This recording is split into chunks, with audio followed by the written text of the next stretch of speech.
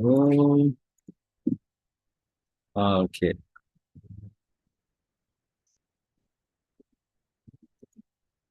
Done, Mushta. Oh, Mushta.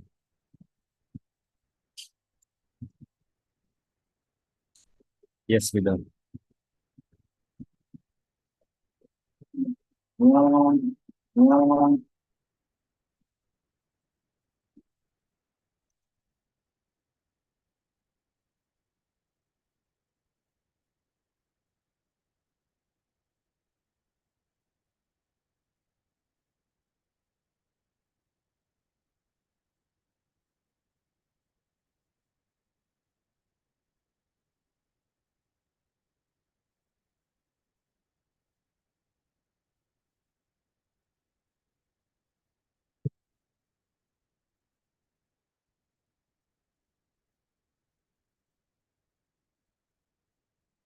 Yeah, we can start now.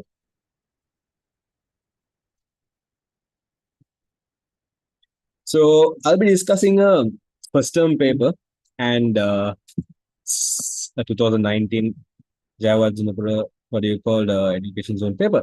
I'll be discussing only the part two questions. We'll be skipping the MCQ and because that's going to take some time. So we don't have enough of time. So the time we have, we are going to discuss the part two questions. Our target is to discuss all the questions, but sometimes we might not be able to complete everything. I might try my best to do everything, but let's see how the time works with us. If we are running out of time, I might go for the main ones only. Let's see. Okay. So normally, if you take your what do you call paper, yeah. Normally, if you take your paper, your part two paper, because it's your first term, sometimes you might have six questions, sometimes you might have seven questions, depends on your school, because majority of people are getting school papers. But how many questions you get, even that doesn't matter, because number of questions you're going to do is going to be the same, right? So in total in the part two paper, yeah, American. Okay, in total in the part two paper, the first question will be a mixed question. Mixed question, it will be a question from like all the lessons combined, and you will have around 10 sub questions, 10 short questions, and each question will carry 2 marks. So total you can score a 20 marks from the first question. Okay.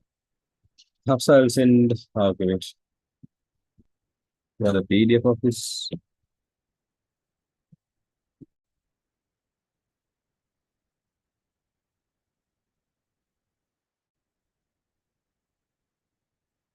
Okay, if you click on the link I dropped in the chat, that the PDF will get automatically downloaded. Wait,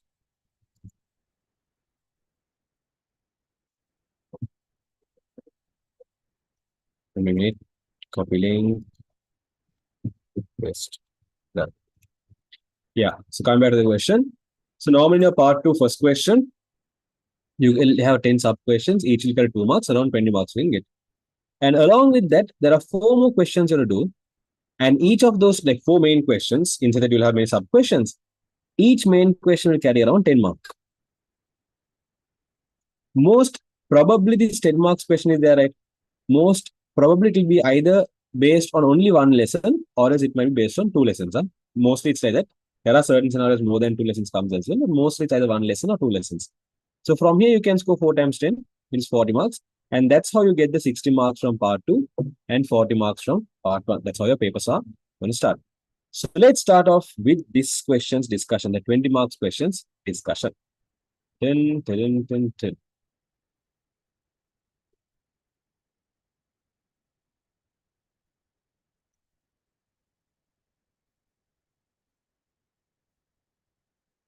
Oh shoot, I forgot. No? I scheduled the Zoom meeting in the wrong Zoom. No, this is not the 500 Zoom. Shit, shit, shit. Let me increase the Zoom and come.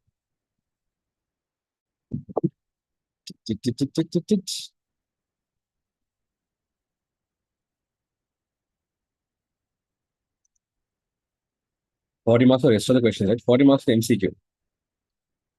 Recording is going in YouTube. Give me a minute, let me increase the Zoom's capacity. I forgot. Completely forgot.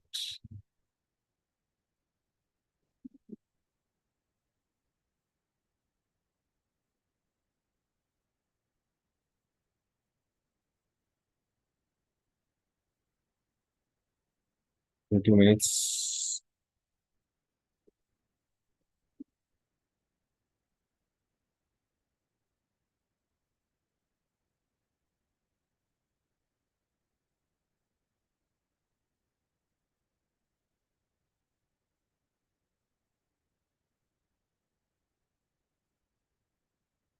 Okay, done.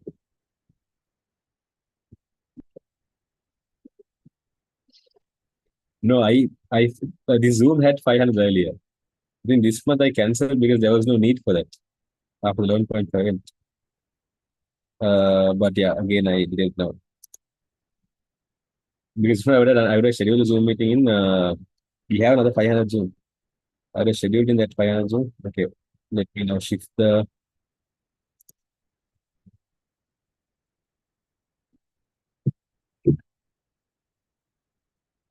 500. Quick, quick, quick, quick, quick, quick. Why is it so slow? Okay, done. No, no, now we can go more than 500. I added the extension. Yes, working. Okay, let's start. What is the major hardware technology used in second generation computers?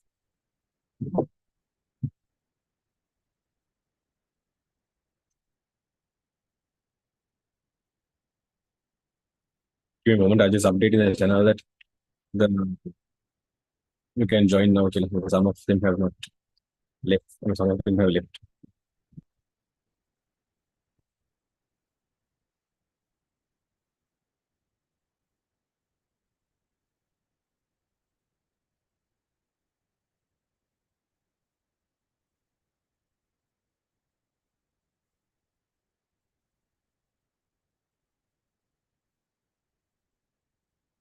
No.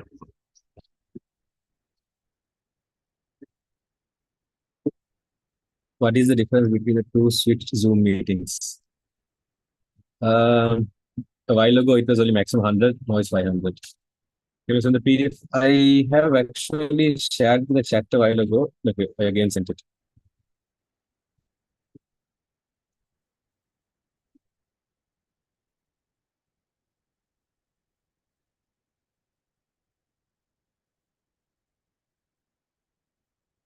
Okay.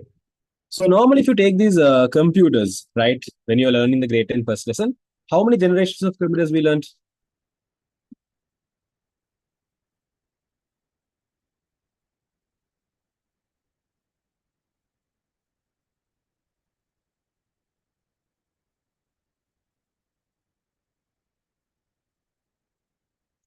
Correct. We learned five generations. Okay.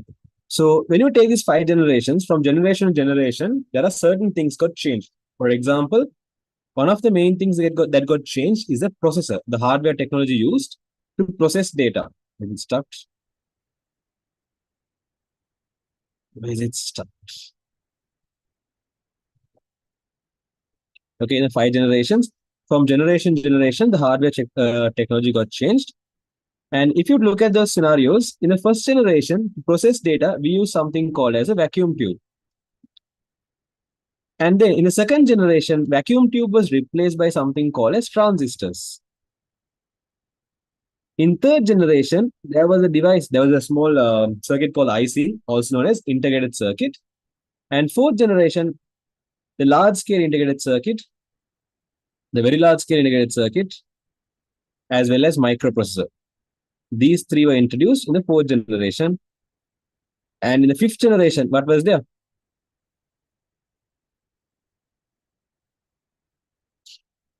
No, AI is a software. AI is not hardware. What was the major hardware technology? To process data, what was used in the fifth generation?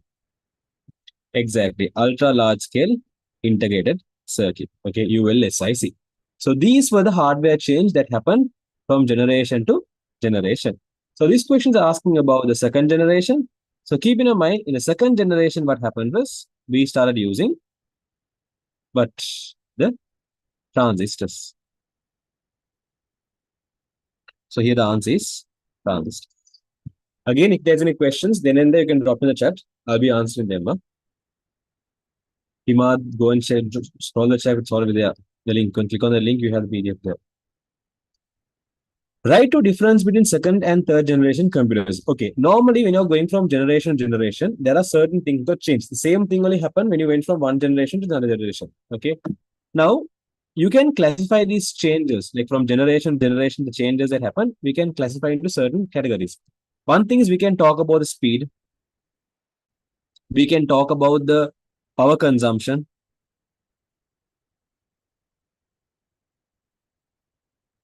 You can talk about the size. You can talk about the cost. We can talk about the heat generation. Okay. These are some factors we can talk in terms of changes that happen from generation to generation. Now tell me, when we jump from one generation to another generation downward, that means from first to second, second to third, third to fourth, what happened to the speed? Did the speed increase or decrease?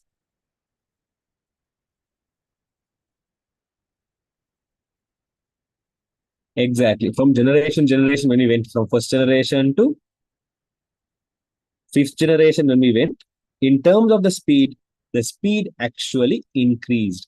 In terms of power consumption, what happened to the power consumption? Did it increase or decrease?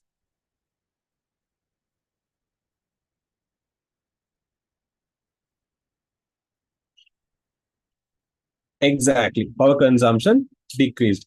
What happened to the size? Did the size increase or did the size decrease?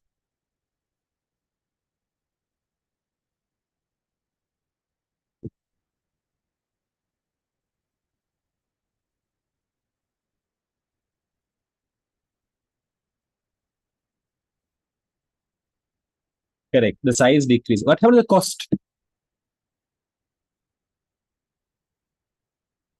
Yes, cost also decreased. What happened to the heat generation?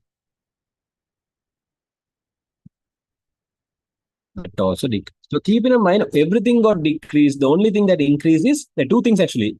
Apart from speed, one more thing that got increased was the storage space. These are the two things which increased. Apart from speed and storage space, others all decreased. Cost decreased. Back then, to manufacture a product, it was more expensive. Okay. I'm talking about first generation, fifth generation. I'm not talking from fifth generation, fifth generation. So you might be thinking about what is the price of the products in from 2000 to 2025. If you look at this range, where both of these are coming in the fifth generation only. Here we are comparing from the first to the fifth, not from fifth to fifth. Anyways, okay, so that's what happened in terms of the characteristics. So here they are talking specifically about the difference from second to third. So if you want, you can mention these characteristics we talked about. Okay, these are some characteristics you can talk about. But apart from these characteristics, some other things you can tell is you can tell about the what do you call it? In the second generation we use transistors, third generation we use what do you call IC, that you can tell. Then also you can tell in terms of what do you call the in third generation we started using some there was some new invention. There was a new invention in the softwares. What was it? No, keyboard and mouse is hardware. Some one software was introduced in the third generation. What was it? Exactly. The birth of whom?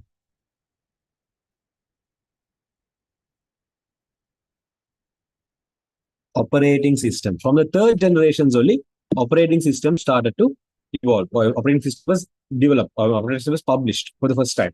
So you can say second generation computers did not have an operating system, but third generation computers had an operating system. One thing. Second, you can tell is second generation they use integrated circuits. See what you call transistors. Third, they use ICs.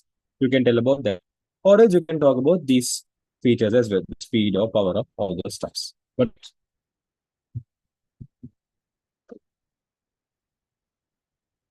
is it Gayatri? Happy birthday. Okay, next. If there's any questions, drop in the chat.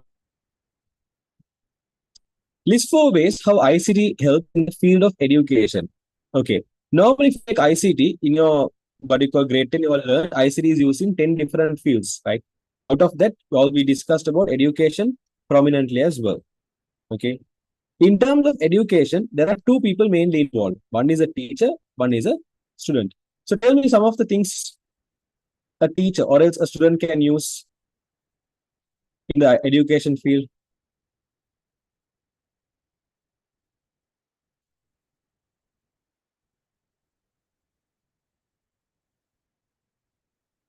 Exactly. It serves as a teaching aid. Okay. So teaching aid means, for example, the teacher can use ICT to make the teaching more better. For example, teaching aid means a help for a teacher. Okay. Example, creating presentations. So to create presentation, you will be using ICT. That's one of another advantage. In terms of students, okay, how do you call this term of students and stay from their home and attend lectures? How do you call that as? I mean, in the syllabus you all learned not online class. In syllabus you all learned a name for that. What is it? The ability to stay home or stay from a far place and attend lectures. And we are correct. Shahim correct. Ammar correct. Yes, we call it as distance learning. So distance learning is where you can attend lectures from a far place. Then how do you call this one? Like for example, let's say you're going to go for a YouTube video and learn. Yes, Ammar. On the name is I know it's only. Yes. How do you call the part where you can go and learn from YouTube videos? Is Udemy? What do you call those as examples? I'll give you a hint. It starts the word called W. What is it?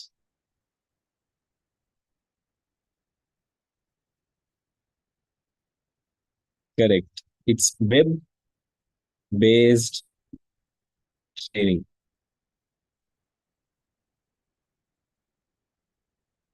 Okay. This is another example which you can do, right? Then apart from that, teachers can use ICT to create online quiz. Then tell me, how do you call this system that where schools can use to interact with the teachers and the students, or school and the students, or school and the parents, for them to make sure that they can communicate properly? They can normally have a specific system. How do you call that system as?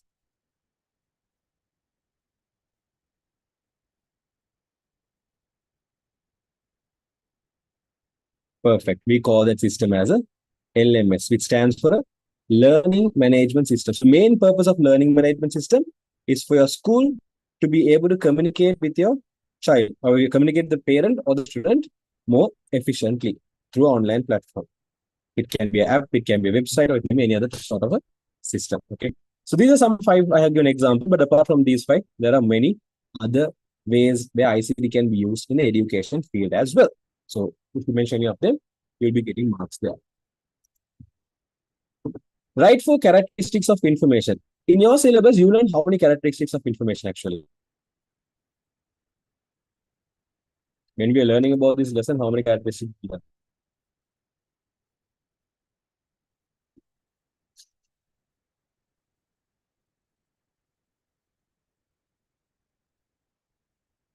We learned five characteristics. What are those five characteristics?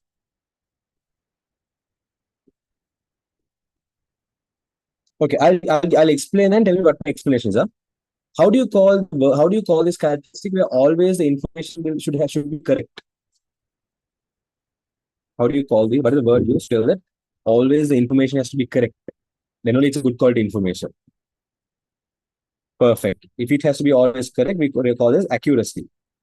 How do you call what is the word used to describe the information you give? It should be suitable for that person. Like that, the person who's going to listen to your information, it should make sense for him. It should not be unwanted information for him. How do you call this? Exactly. We call it relevancy. How do you call this? That when information to be good called information, it should be full. You can't have like half of the information. Like it should be something. It can't be like target word, what do you call words are there or something like that. It can't be like that. It can't be half cooked. It should be the complete. Okay, I told the answer now. The answer is complete. Yes, correct. Then How do you call that the always the information has to be updated?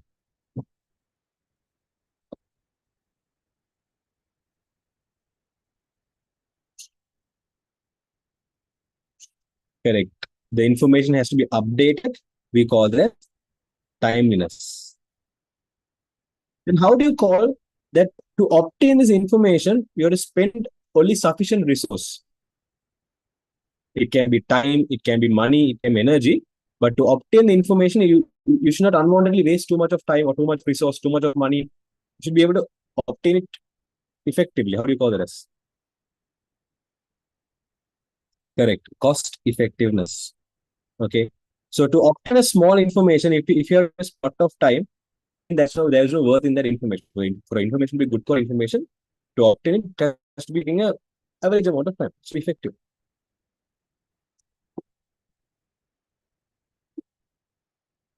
Meaningful is not a characteristic of information, no. Speed is not a characteristic of information. Those are characteristic of computer. Okay. So these are the characteristics of information. Always keep in mind there's something called characteristic of computer and characteristic of information. Here we are referring to characteristics of information. Efficiency is not a characteristic of the information. It's a characteristic of the computer. How can information be efficient, man? You know what is efficient, right? Efficient means you can get lots of work in a less time, or else you're maintaining the same energy always. In information, there is energy, man. In computer, there's energy. Like, for example, when a robot is doing work, there's energy consumption. If you're going to do a work in the robot, from the beginning to the end, it'll have the same efficiency. The same amount of work it will be able to do. It will not reduce. But as humans, with time, we get tired. That's where efficiency comes. So efficiency is something relevant to the qualities of a computer, not the qualities of information. Okay. So these are the qualities of information. Here are the characteristics of computers too. Okay. Wait. These are the qualities of information. If you're going to talk about the qualities of the computer, that is this. One is storing and retrieving. We can store data and we can obtain them as well. Then accuracy. Then efficiency.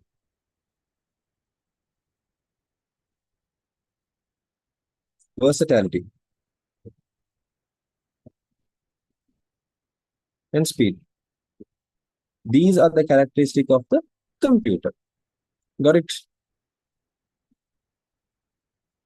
So these are two different things. Don't, what do you call, mix up both.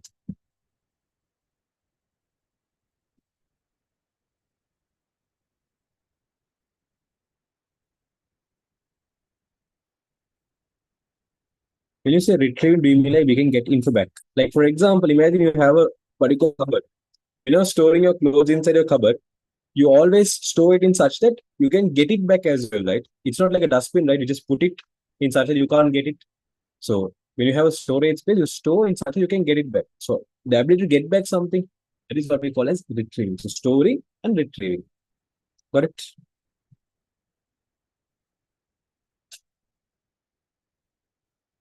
Okay. If there's any other questions, drop in the chat. Let's go for the next one. Complete the following calculation and provide the answers in decimal. Okay. Now, if you look at numbers, when you learned about the number system, we learned about number system called decimal, octal, binary, and hexadecimal. Okay. These are four decimal number systems we learned. You can identify if a number is coming under which category. A number is coming under what number system you can identify by looking at the base, right? Base means this number you have in the bottom. So look at these two numbers and tell me the first number specified. It's a what type of number? This first number specified, it's a number belonging to which number system?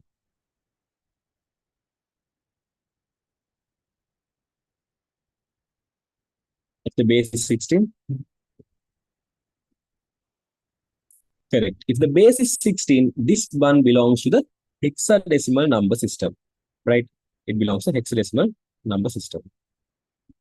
And then look at that second number mentioned. It has the base 8. So this number belongs to which number system?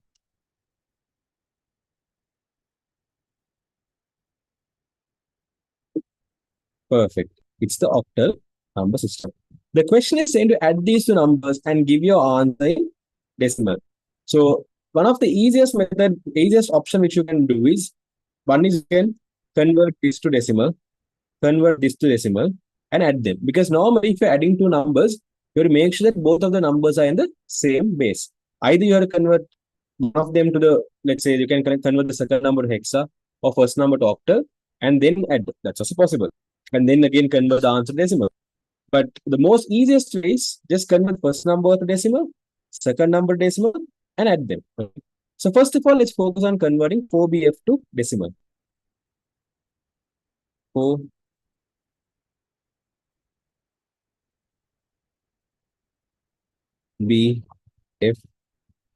base 16. Let's convert that to decimal. Right. Normally, to convert any number from its respective number system, if you want to convert any number to decimal number system, the method you follow is you have to multiply each digit by its place value.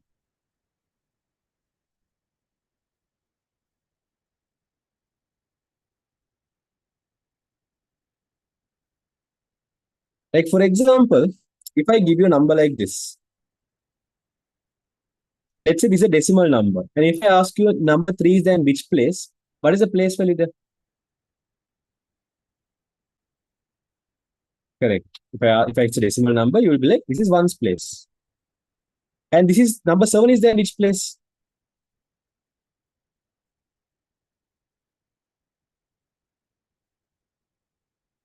Correct. Number 7 is there from tens place. Now, have you ever wondered from how did they give this name called ones place, tens place, hundreds place, thousands place? If you're ever wondering how did they get the place value, there is a way of how you can get the place value. You can get the place value by taking the respective numbers base to the power position. Okay. Always the position will start from 0 and towards the left hand side, it increases. So for example, if you have this number called 73,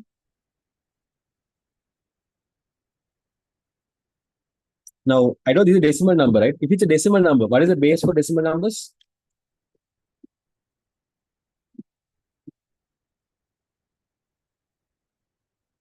Correct. Decimal numbers base is 10. And I told you we'll start the position with 0. So always you start the right side corner digit and you go for 0. And next digit, the position increases by 1. So it will be 10 to the power 0, 10 to the power 1, 10 to the power 2. Every digit toward the left hand side, the position increases. Okay. Always keep in mind, position starts with 0 and towards the left hand side, it increases. Now 10 to the power 0 is 1, 10 to the power 1 is 10. And that is how we got the place value that this is 1's place and this is 10's place. We got the respective numbers place value like this. Okay. So you can obtain the place value like this. Now this is how I obtain the place value for a decimal number. Now if you take 4BF16, it's a hexadecimal number now. So based on that, tell me, if I want to find the place value of the letter F, okay, I had to, what should be the base of this number? 4BF.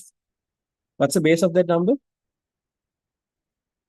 Correct. You can clearly see here, the base of 4BF is actually 16. So first of all, I'm going to write 16 under every digit. And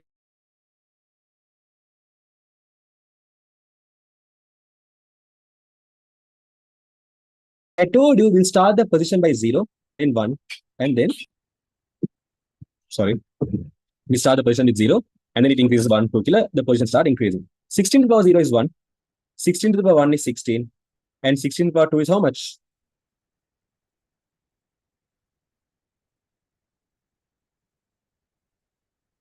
Okay. 16 to the power 2 is 200. I'm correct, right? 1 times 6 is 6. 1 times 6 is 6. 12, 13, 14, 15. 1. Yeah, correct. 256. Now what you do is, once you have the place value, you're going to multiply every digit by its place value. Now in hexadecimal, from number 1, so number 0 to number 9, we use numbers. But above number 9, we use letters, right? So letter A will represent 10, B will represent 11. In hexadecimal, letter C will represent 12, D represents 13, E represents 14, and F represents number 15. So we have from what you call 8 to 15 are the letters we use in hexadecimal, right? So if you multiply 1 times f, we are referring to multiplying 1 times 15. So 1 times 15 is actually 15. Then you multiply 16 times b. So look at this value of b and tell me, what do you think 16 times b would be?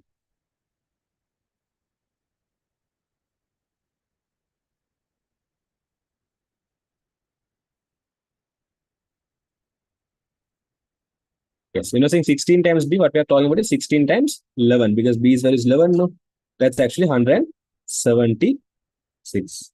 Then 256 into 4, that's 512,024. Okay. Then once you multiply every digit by its place value, now you add all these values together. That's 1024 plus 176 plus 15. So that's equal to 6 plus 4 is 10, 10 plus 5, 15. 7 plus 1 is 8, 9, 10, 11. Then 1, 2, 1215. This is the answer of 4BF base 16 in decimal. Okay. Still, you have not reached the final answer. We have just converted 4BF to decimal. The same method will follow and we'll convert 3, 4, 5, 6 into decimal as well. So if I convert the number 3, 4, 5, 6 from octal to decimal, 3, 4, 5, 6. Now, because this octal number, 8 to the power 0, 8 to the power 1, 8 to the power 2, 8 to the power 3, that's 1, 8, 16, and, no, sorry, 64. And 8 to the power 3, 64 times 8, 8, 6, 24, 32, 3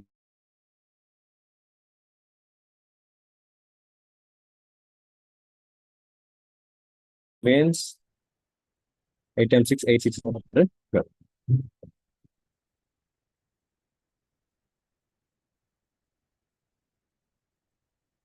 Yeah, 512. So once you find the place value for every digit, now again, same method, multiply every digit by its respective place value. 1 times 6 is 6, 8 times 5 is 40, 64 times 4 is 128, 256. 112 times 3, 3 times 2 is 6, 3 times 1 is 3, 3 times 5 is 1500, 1536. Now you add them together, that's basically 6, 11, 17, then 4, 5, 6, 7, 8, 9, 10, and then 5, 6, 1607. Okay. So we found out 1607 is the answer. You missed the 16 to, sorry. I missed the 16 to 56. Sorry. I missed the 16 to 56. Yes, my bad. So if you add the numbers together, 6, 12, 18, 1 remains. Then 4, 9 plus 5 plus 4 is 9, 10, 13, 1 remains.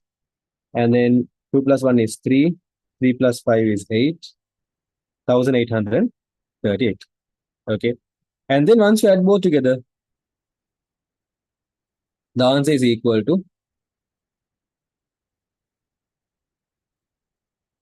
5 plus 8, 13, 1 remains, 3, 4, 5, 8, 9, 10, 1, 2, 3, 3053.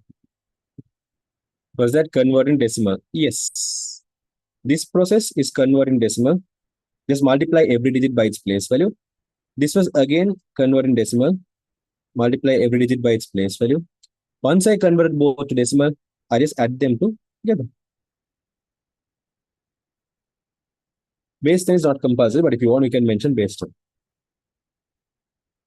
Anyone have any questions here?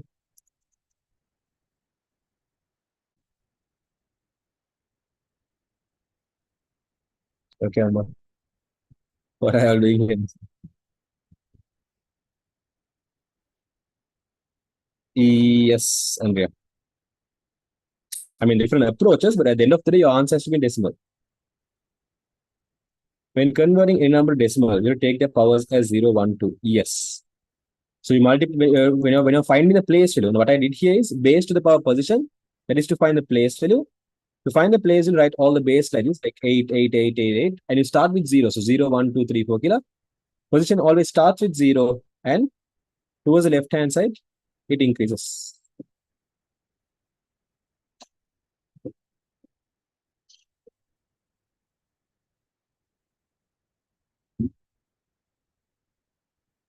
For decimal base is not compulsory. Yes, so the answer is this, which is 3053. Next. If there's anyone of you who are weak at number conversions, okay, I have a solution for you actually. Uh, this is not very recent, last year or the year before the last, I can't remember exactly when. I did a seminar on number conversion. Okay, like all the conversion. Now here I'm showing you only what is relevant for the question. So all the number conversions in very detailed manner. So that was a seminar only for number conversions. That recording is there on YouTube. Let me just show you. Just go to YouTube, and if you go and search for Master IT, just go to YouTube and search for Master IT, you'll be getting yellow color channel. And this has all the numbers. If you go scroll down, you can see there's something called number conversion grade 10 in 3 free seminar. For 2.5 hours, I have talked about all the conversions in your syllabus, whatever conversions are there, all the number conversions. I mean, decimal, octal, binary, hexa, within them, all the conversions there. ASCII is not there. Again, ASCII is basically binary conversion. So if you know how to convert binary, you know that. Depends, but okay. No, no. Yes, Sanjay. No, no. Okay, next question. Convert the number 502 base 8 into binary. Write down the steps. Okay, let's convert it. I see Roman number 3b. So this is Roman number 3a.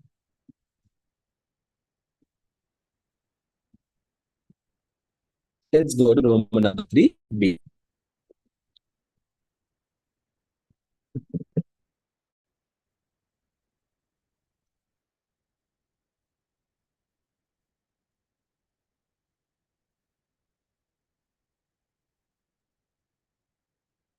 Oh shoot. I think somewhere in the middle. Is this page empty or I have written it?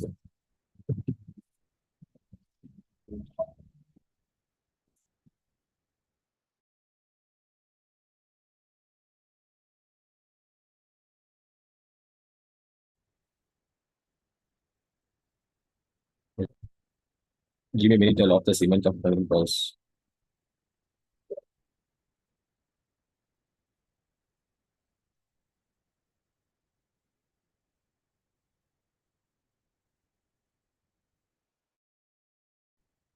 Okay. Will you ask us to convert numbers to ASCII and any other coding systems possible? I'll tell about ASCII later. If you have a question here, I'll talk about that. Yes, so B part. In B part, they have told to convert the number 502 base 8 to binary. Now, looking at the number 502, looking at the base, you can see, because the base is 8, what type of number is this? Look at the base and tell me, based on the base, what type of number is 502?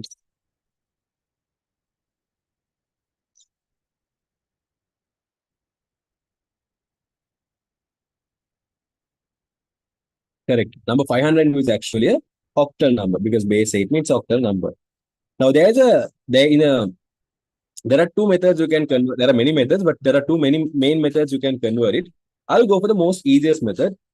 I am not going to explain why I'm doing that because if I'm going to explain why I'm doing that, it will take around half an hour. So I'll just show you the method. You can follow that method blindly. But if you really want to know the logic behind it, my recommendation is if you're so jobless, go and watch the recording here. I have explained why. Okay. But anyways, I'll just show you how you can do this easily. When you have a number like this to convert octal, first of all, write all the digits separately. Like keep a gap and write all the digits. So number 502, I wrote all the 3 digits separately. Now, if you take number 8 is octal base number 8, no? Octal base number 8. Number 8 is 2 to the power how much?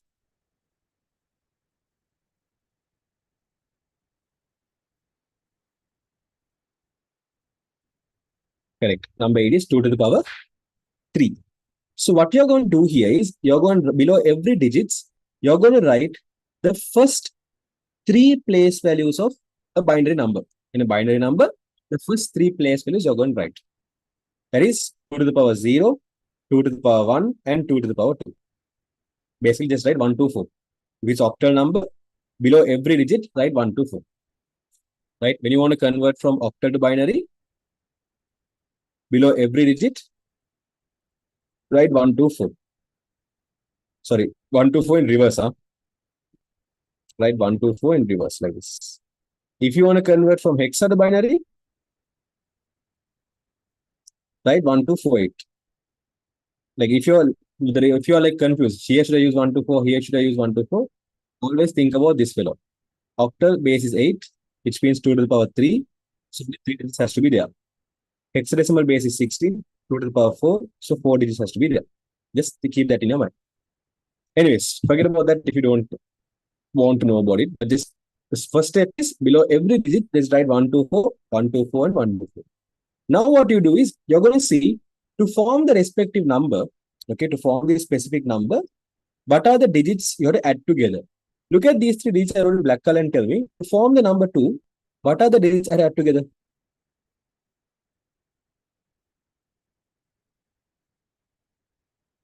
Exactly. To form the number 2, I should take only number 2. Correct. Now I'll account for the second set.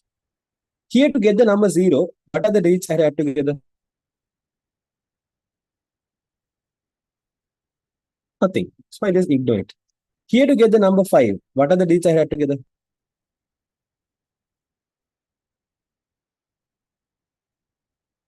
Exactly. To get the number 5, I should add 4 and 1 together. Now what you do is, below the numbers you circled, write 1. Below the numbers you did not circle, write 0. And then combine these numbers or else join these numbers together. So if we join these numbers together, we have 101, 000, 010. Put the base 2, you have your binary answer here. Simple. To convert from octal to binary, just write 124, 124, 124. Below the numbers you need, so below the numbers you are going to use to get the number, circle them. Below the numbers you circle, write 1. Below the numbers you did not circle, write 0. And just join them. Simple. See? If you really want to know the logic behind it, go and watch that recording. I need about half an hour to 1 hour to explain logic. I don't have time for that. If I'm going to do that, it's a waste of time. But simple is, for octal it's 1 to 4. For hexa it's 1 to 4 8. That's the only thing. Huh? Just a simple method. Anyways, anyone have any questions here? There's any questions, Dr. Chatta?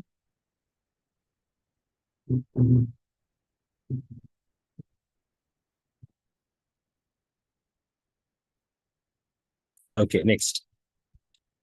Write down the output for F. There is more, there is. Every number can be converted between each other.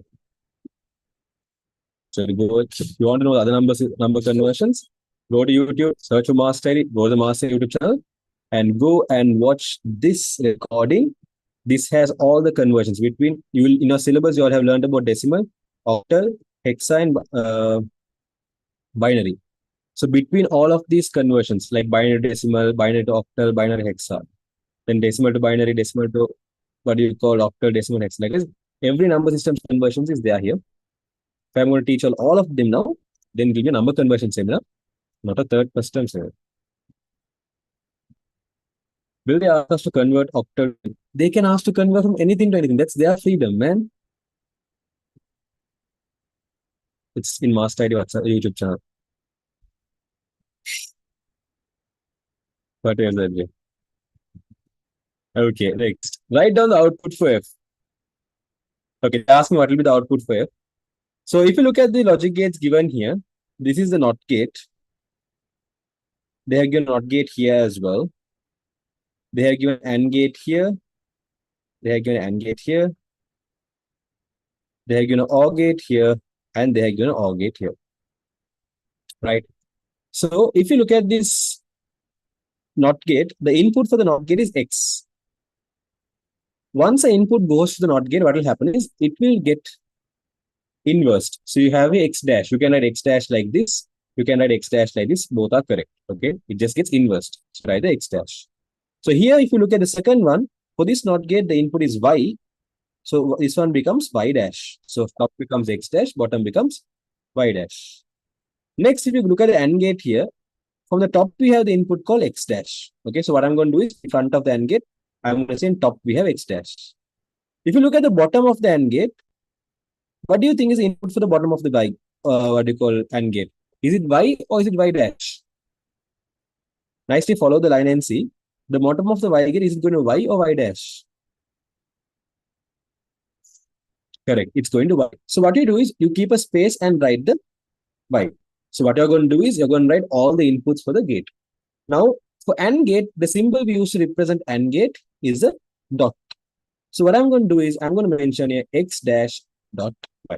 That's the output for that respective AND gate. Similarly, if you come bottom for the down AND gate, the down AND gate, you can see the input we have on the top is this. It is X dash. The input from the bottom is Y dash. So output, I'm going to say X dash, Y dash. And because AND gate, I'm going to use a dot in between, right? Then if you come for here, possible Halima. If you look at this OR gate, the input from the OR gate is X dash dot Y. Look at the input that's coming for this OR gate and tell me, the input that's coming from the top, it has only one single character or does it have more than one character? One or more than one? Correct. The input that's coming from the top has more than one character. Always keep in mind, if input has more than one character, then mention that input with brackets. So what I'm going to do is when I'm mentioning the output here, I'm going to mention, without just mentioning X dash dot Y, I'm going to mention X dash dot Y in brackets. Now, for example, when I found this answer, I asked what was the input from top. The input from top was X dash. I asked what was the input from bottom. It was Y dash. Now, X dash and Y dash, I just wrote them as this. The inputs I wrote as this without the brackets. Why? The input had only one character. The bottom input also had only one character. But if you look at the blue color, the OR gate, the input from the top, it has two characters, X and Y, two different characters. Therefore, I have mentioned the input in the brackets. Similarly, look at the bottom input and tell me, for the bottom input, do I need brackets? Yes or no?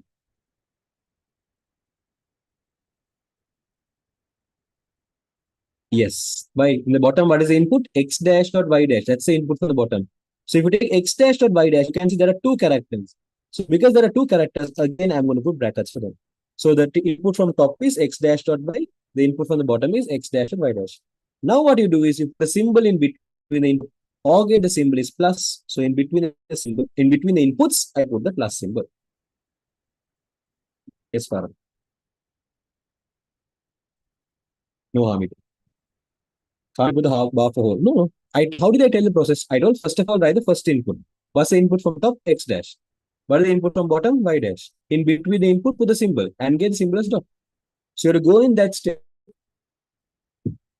X dash dot Y dash. Now let's come for the final one.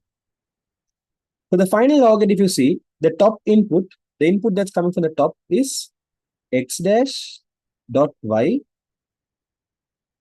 plus X dash dot Y dash. These are the input that's coming from the top. Again, the input has more than one character. Therefore, I'm going to use the bracket for this input. Can't we put the bar for the whole thing? Can't. I was answering the third time for this question. The input from the bottom, if you see, it's Z. For the input from the bottom, do I need brackets? For the purple color OR gate, the input that's come from the bottom, do I need a brackets? No, it has only one character, so I can just directly write it. And then in between the inputs, because OR gate, the symbol we use is plus, in between the inputs, I write plus. Okay. This is how the answer is. There is a small loophole. Okay, this is extra. Okay, one thing I tell you extra.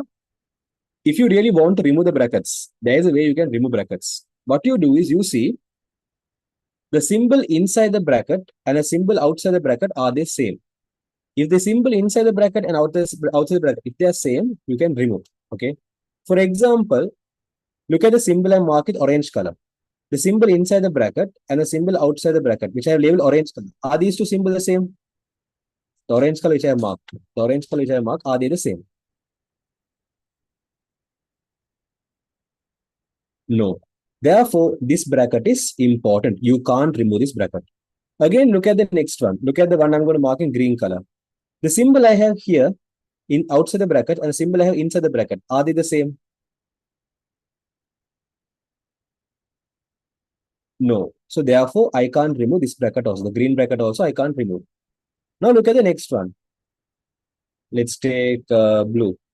The input I have inside. So the symbol I have inside, the blue and the one I have outside, are they the same?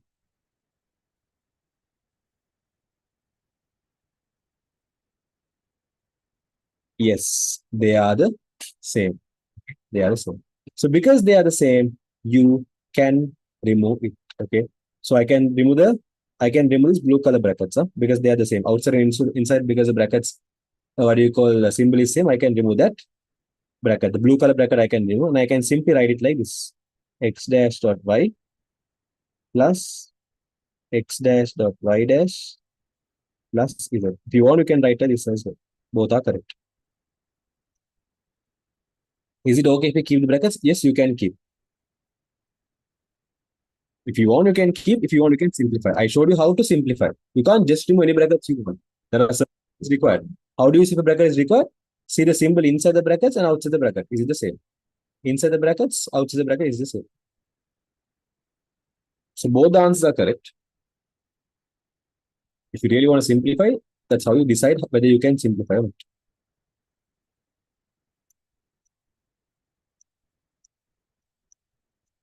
Anyone have any questions in?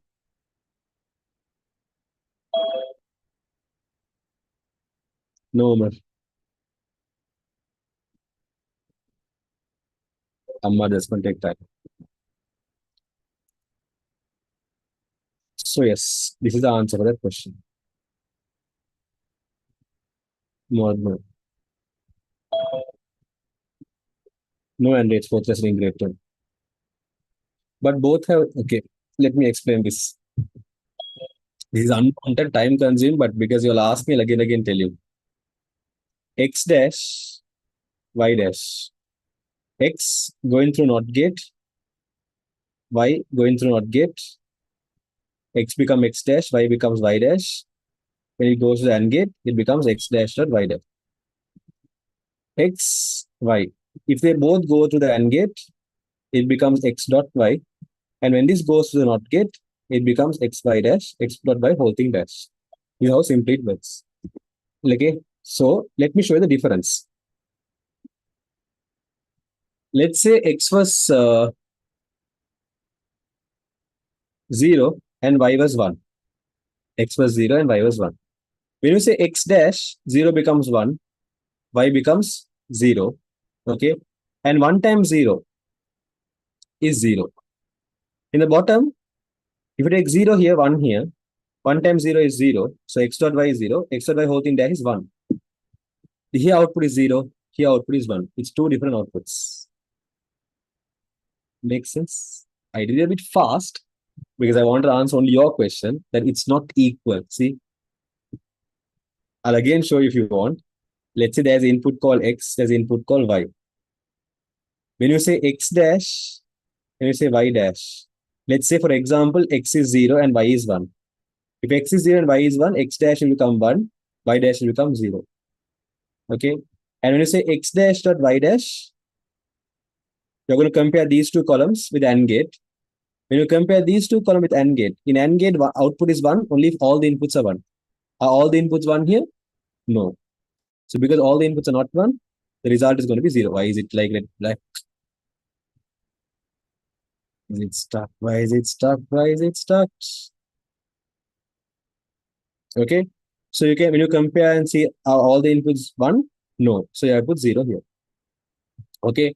So the result of this is given when X is 0 and Y is 1, the result is 0.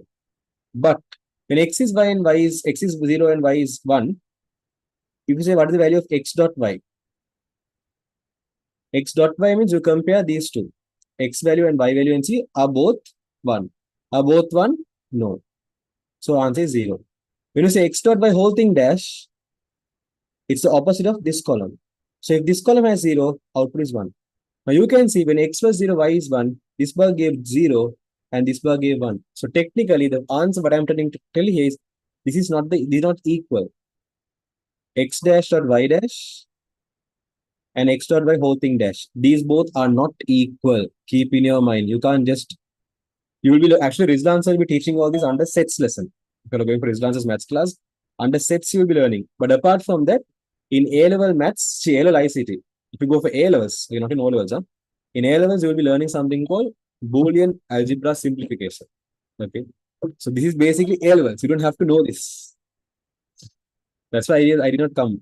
For like 10 times, people ask me again, I did not come to this because this is not O level knowledge. This is basically A level ICT. It has a connection with maths as well. But for your information, they are not equal. Yes, Zainab, Farah.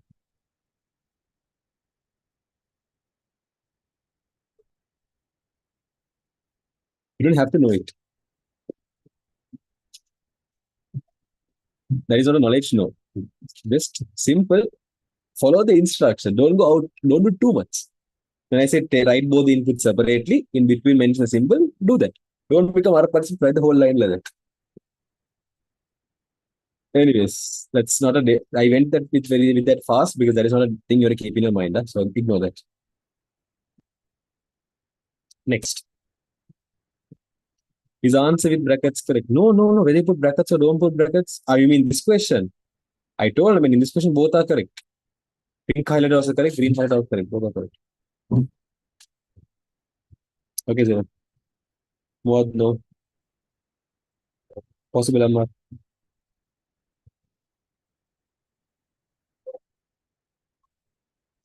Not exactly similar as I can remember now. Okay, next. Match column A with column B. So in column A, you can see certain devices given, and column B, you can see certain ports given, and we are supposed to match them. Okay. When you what do you call it the keyboard, you can connect your keyboard. Okay, here they are talking about the current keyboard, they're talking about olden days keyboard. Olden days keyboard, you can connect your computer using which port? A, B, C, or D.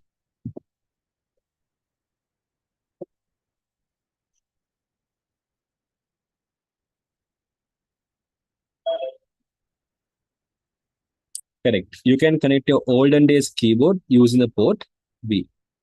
Again, olden days, what do you call the printers or scanners? You can connect using which port?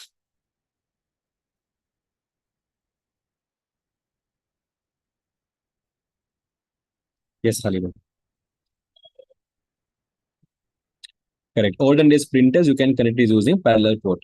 Olden days routers, I mean, even nowadays routers, you can connect using which port? A, B, C, or D. Yes, you can connect the routers using the port D. And what it is? Port A. What is the name of the video port? It's a three-letter word. What is that name? Correct. When they talk about video port, they're referring to the VGA port here. Perfect. So these are the ports and the respective devices. Next. Write down the coding systems used by the computer. Okay. Now, when you're learning the third lessons, grade 10 third lesson, you'll be learning something called number system and you'll be learning something called coding system. Number systems are used to represent numbers in the computer, which means in computers, even though computers can understand only binaries, you can represent in the computer different types of numbers. That is binary, decimal,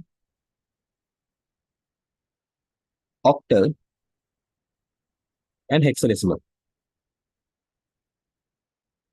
These are the what you call numbers you can represent the computer.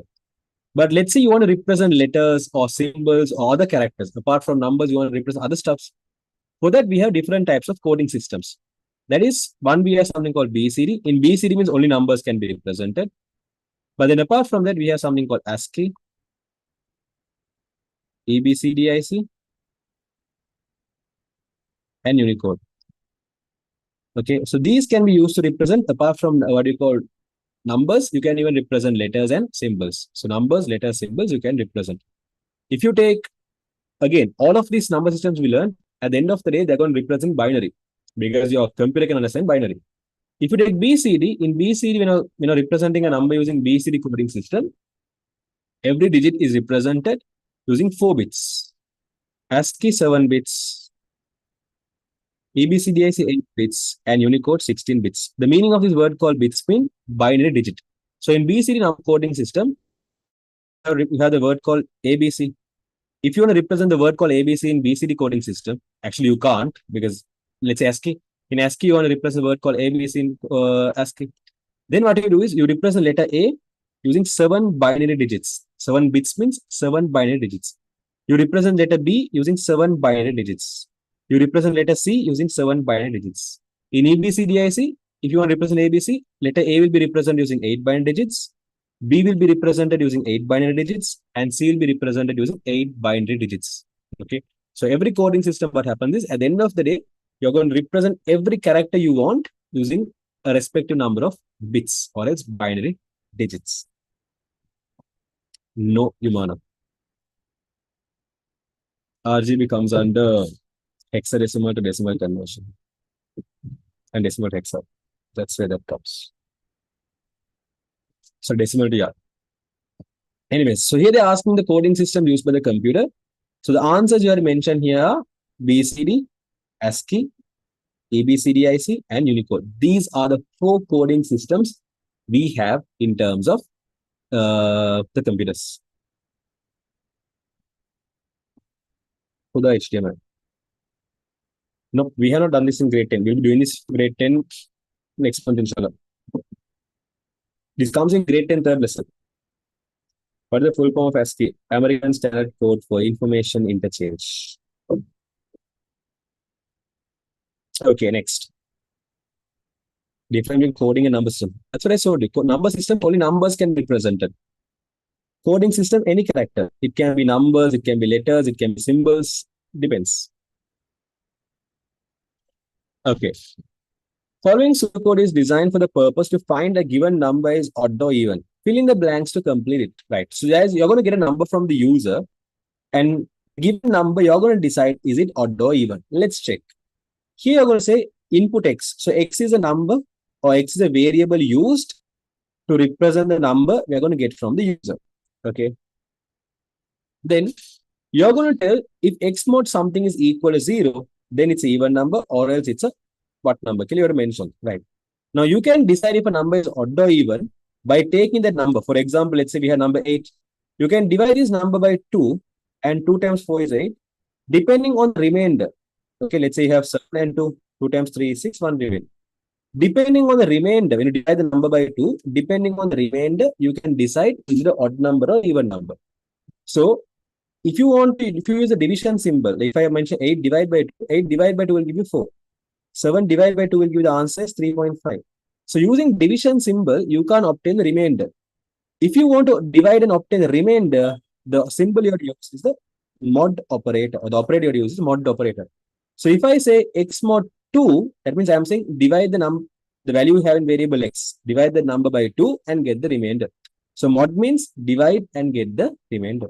So I am saying when you divide the number by 2, and if the remainder is equal to 0, then print x is an even number, else print x is an odd number. Whenever you start an if condition, you have to end it with something called as end. So these are what comes for the blank. Is that clear? What is done by the div operator? Div will give you the quotient. So if you use a div operator, it will give you the answer as 3. So 7 divided by 2 is equal to 3.5. 7 div 2 is equal to 3. 7 mod 2 is equal to 1. Div will give you the quotient, and mod will give you the remainder when you do whole number long division. You can write display also. Yes, you can write display also. In the grade 11 first chapter, yes.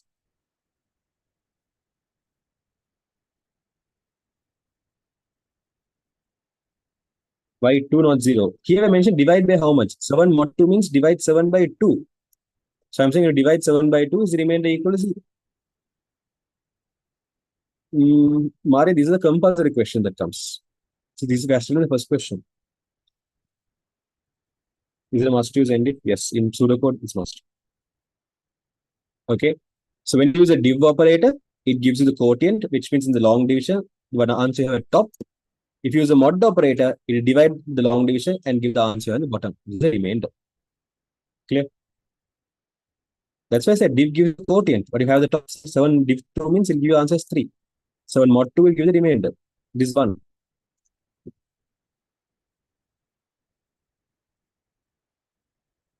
It's very easy. See how easy this question is.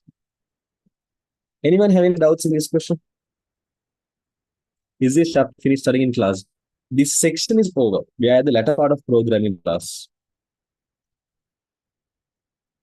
Violet Movena.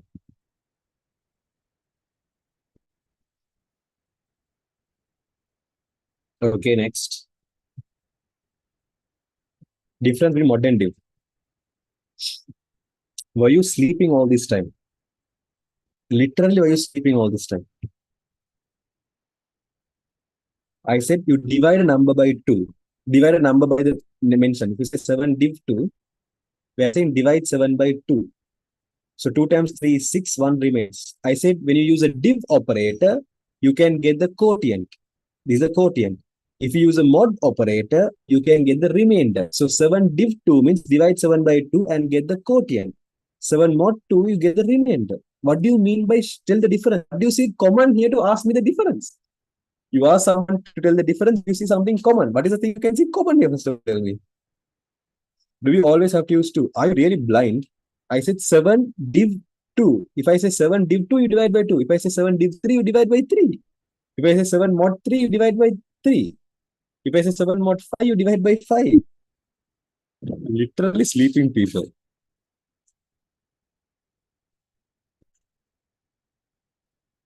First number, what to do? It's next number. So if you take 7 divide by 2, you divide 7 by 2 and get the whole answer. 7 div 2, get the quotient. 7 mod 2, get the remainder.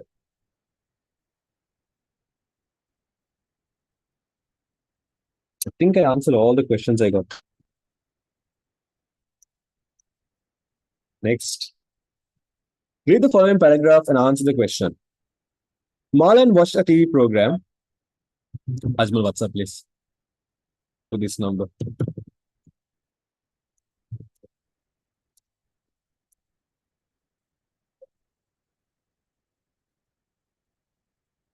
Then use the multiplication symbol. Thank you. Just stop.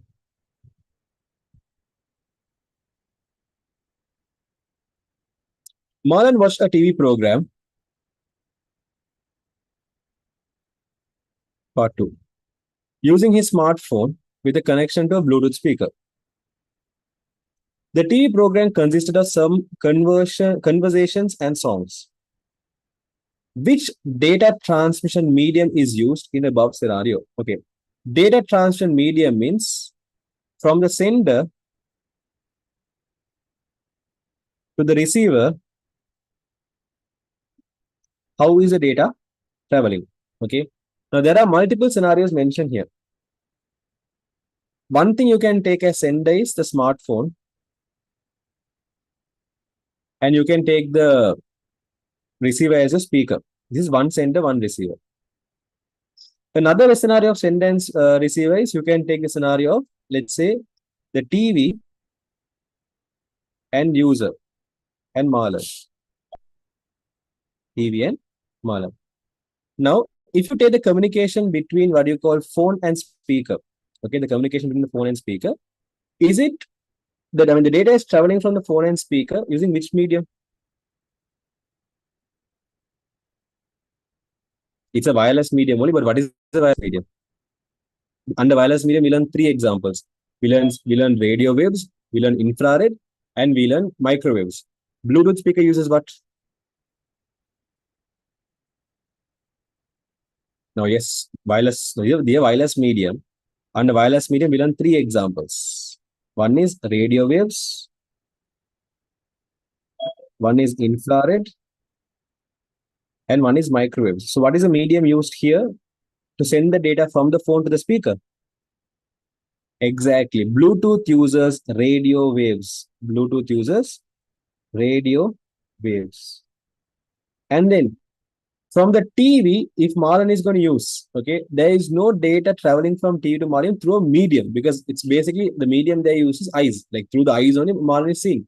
If you look at eyes and ears, okay, if you look at TV to Marlon, how the data is traveling, it's a direct transmission. There is no medium because through his eyes and through his ears, only he is able to get the data from the TV to his cell. Okay.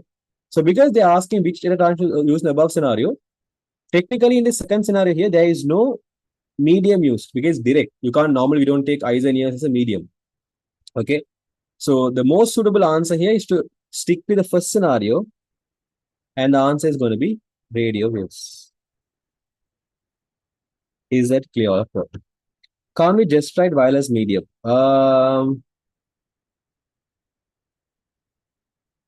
You can, but being a bit more specific is better. Is it TV or phone? Both are mentioned, man. A TV, he's watching a TV program using his phone. So phone is only connected for the speaker. The TV program consisted of some conversations and song. Basically, he's watching the TV. TV means he's watching the phone. So from the TV program, like in terms of data being exchanged, there is a data that's traveling from the phone to the speaker. There's the data that's traveling from the phone to Marlon as well. The TV program means it's the phone. Sorry, technically it's from the phone to Marlon.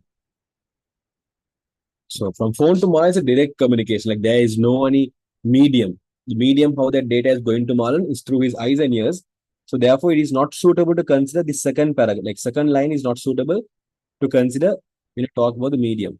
The most suitable one is to just fix the first line where they're talking about the smartphone connected to the speaker. You can write just wireless as well. What about infrared TV remote? They have not told anything about TV remote. They are not even told about TV here, man. He's using the phone. There is no TV being used here. He's watching this TV program in his phone. He's not using a TV here. So there is no infrared anyways.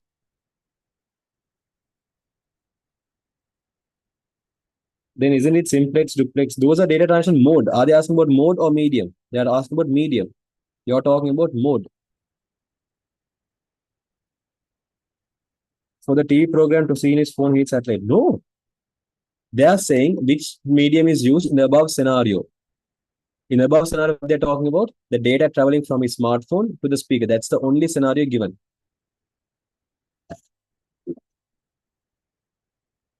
So their answer is radio waves. What is the mode of transmission used in the above scenario? Okay. From the phone to speaker, what is the data transmission mode? Is it simplex, half duplex, or full duplex? Simplex is one-way communication, which means from the phone you can send data to the speaker. Just only one way. Half duplex means from the phone to speaker you can send, as well as speaker to phone you can send. Both can communicate, but one at a time.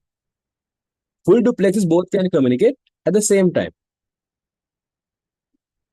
Yes, here data is traveling only from the phone to speaker. It's a one-way communication. So because it's a one-way communication, the mode is going to be simplex mode. So answer here is simplex mode. Is that clear, Lakshya? So keep in mind, in terms of data transmission mode and data transmission medium, in terms of mode, there are three modes. One is simplex mode. Second is half duplex. And third is full duplex. But the speaker is sending sound. Is the speaker sending sound? Is sound a data that is being sent to the phone? You're saying speakers. Here we're talking about communication. Here we're talking between the phone and the speaker. So phone is sending the speaker the music to play. But is speaker giving the data to the phone? Is a question here. He's giving the sound to you, not for the phone. So it's just a one-way communication only. Got it?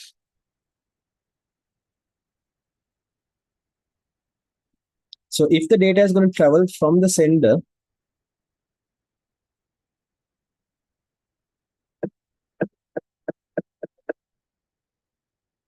Aman, that is not mentioned in the scenario. So you can't guess and write. The question clearly specifies in the above scenario, what is the more specified? So in the above scenario, there's only one way. The song is going to be sent from the phone to the speaker. There is no reply coming back. So if it's a one-way communication, it's a simplex mode. Half duplex is where sender and receiver both can communicate, but only one at a time or one after the other. They can't speak at the same time. Like, for example, walkie talkie. Full duplex is where you have the sender, you have the receiver, both can speak at the same time, like a phone call conversation. While you're speaking, the receiver can interrupt your speech and be like, no, no, no, this is only correct. You both can speak at the same time. If you look at our class, the Zoom class happening at the moment, the communication between me and you all, you all message in the chat and I reply vocally here, right? Our communications, what type of communication? Simplex, half duplex, or full duplex? The communication between both of us, the student and the teacher.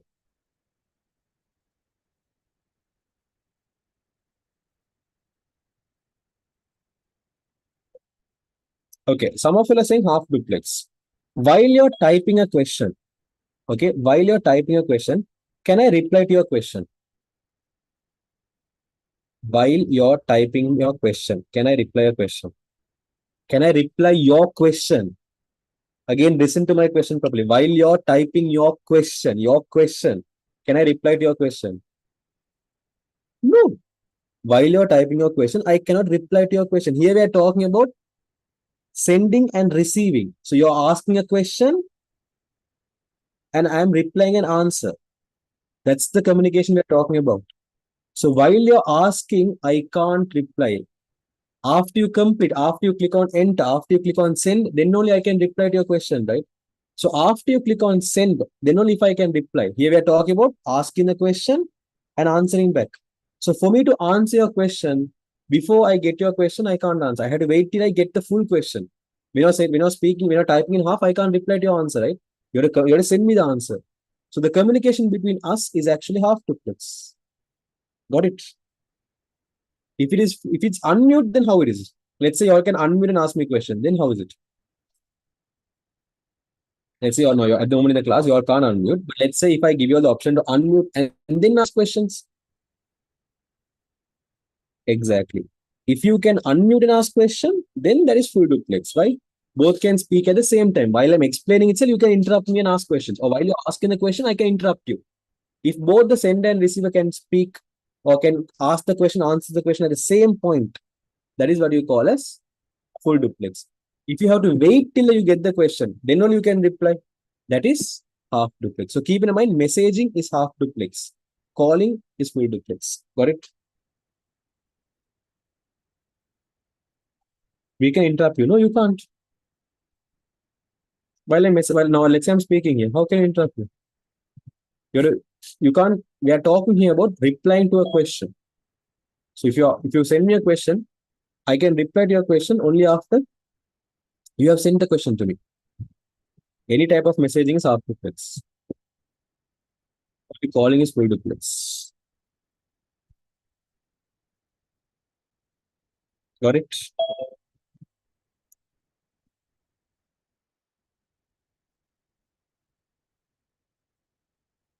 I am not talking about what can you both can when walkie-talkies both can speak at the same time. But just because both speak at the same time, can the sender and receiver can the receiver listen to the sender's speech? No.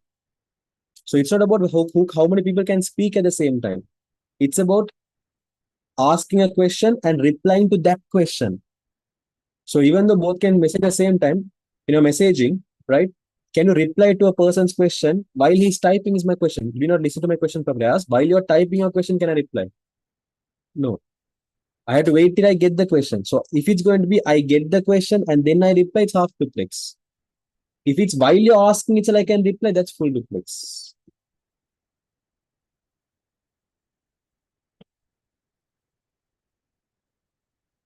Walkie-talkie is half duplex.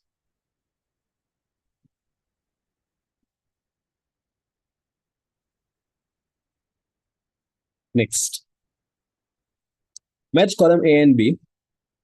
The software which checks devices, the checks attached devices when a computer is turned on. What is it? Normally, when you're on the computer, the first program or is the first firmware, more than program, the first firmware or the first application that runs and that checks if all the hardwares are available, like if your RAM is available, if there's a hard disk available. Correct. That is done by the BIOS. The operating system with command line interface. What is it? Correct. The operating system with command line interface, it's Microsoft DOS. And then a mechanism of initializing suitable storage structure. Okay, before you start using a storage device, you clear the data in it and you create something called memory units. Basically, we call that process initializing. Like before you start using, imagine for example, when all what do you call going to, let's say let's say you're going a journey in a vehicle. Always in the vehicle they'll go and fill water. Okay, there's something called radiator. You go and fill water for the radiator. You go and check if the fuel there. So before you start the vehicle, you go and see is the vehicle in proper condition. Just checking. Okay, so that process, like you can call it initializing or making the, let's say, the respective item, you're making it ready to do some other action. Okay, so if the process of making a storage device ready to be able to use, you can call it disk formatting, right? You can call this disk formatting. Normally, if you ask me what happens in formatting, it will clear all the space, and after it gets empty space, it will break the space into small units. The whole storage space in a hard disk, it will break this whole space into small units, and each of these unit we call as a memory unit. That's what happens in a, what do you call, formatting. A mechanism that rearrange files in hard disk, that is disk defragmentation. What chapter is this? Grade 10, lesson number 5. So rearrange the data in hard disk, that's the defragmentation.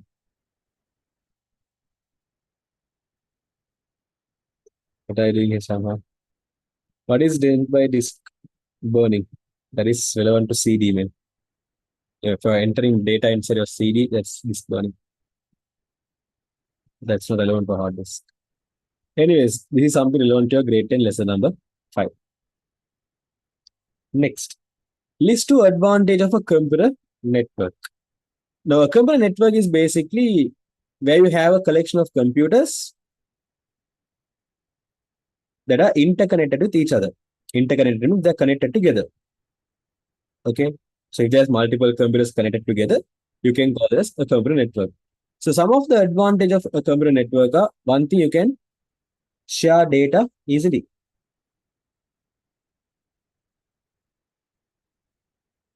Is the main advantage. Another advantage you can tell is there's what do you call the ability to control central software, which means imagine you have a school's computer lab. Okay. In your school, if you have a computer lab, let's say there are 50 computers. And let's say there's a new software, for practical, there's a new software, and you want this software in all 50 computers. If you want the software in all the students' computers, you don't have to go one by one and install one by one. You don't have to do that. You can install that in one main computer, the teacher's computer, she can install there. And when she installs there, all the students' computer, you can make it get, right? So what you can do is you can control all the students' computer softwares from the main teacher's computer's softwares. That's what you call as ability to control central software. That process we call as ability to control central software. So if you have a computer network, installing softwares, you don't have to install one by one. Instead, you can do it at one place, and all the device connected will also automatically get the software. Can get information from one. That's what share data. Okay, so I have to control software easily. Another answer you can say is there is security. Another answer is that the possibility to send emails. Okay, so these are some of the advantage which you can easily mention. Got it? There are more, but these are some of the main ones. Yes, you can share resources. Another one more advantage, you can share resources. Resources means, for example, if you take, let's say, your, what do you call, some schools offices, you might notice for the whole office, they might have only one printer. And if you have a computer network, this printer can be accessed to all the devices in the network. So, for example, in office, let's say there's 5 staff or 5 teachers, let's say 5 staff. Each of them don't have to have 5 different printers. What they can do in office, they can have one common printer, and everyone, because they are all connected together, anyone can send a printout to that printer to print it. That's what you can share resources. So out of these 5, if you mention anything, you're good to go. Anyone have any questions there?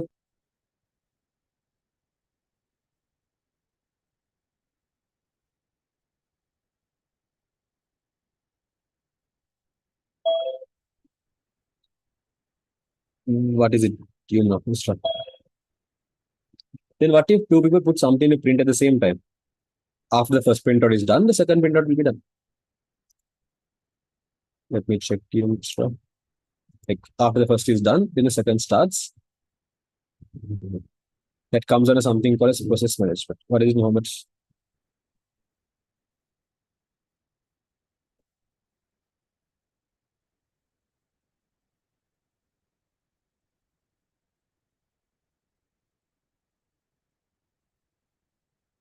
Yes, Mr. Khan.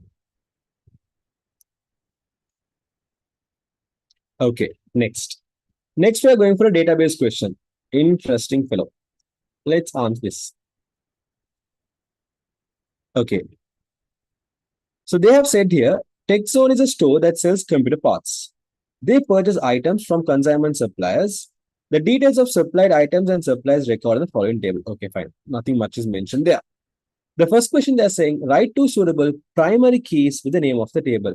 Normally in a database, every table will have a field. Now, these column names are there, right? These are what you call as fields. These are what you call as fields, right? So you can see the first table has 4 fields, second table has 3 fields, third table also has 3 fields. These are the columns basically, right? Now, any table you take in a database, every table will have a unique field. Sometimes you can, when you say unique field, or when you say primary key, when you're talking about unique field, mostly it will be like one specific field. Like it will be like one field, and using that field, you can identify records. Again, keep in mind the purpose of this unique field is to identify records. Like for example, let's say I have a table, and let's say this table is going to be called a students table. Now in students table, let's say I'm going to have the student's admission number, one column, and student's name in another column. Now, let's say there is a school and there are two students with the same name. Amal Perera, there are two students.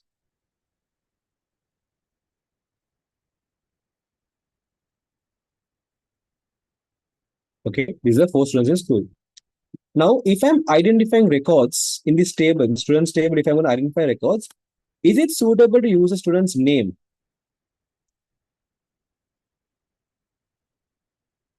Can I identify? Can I tell, okay, the first record is about Amal Perera.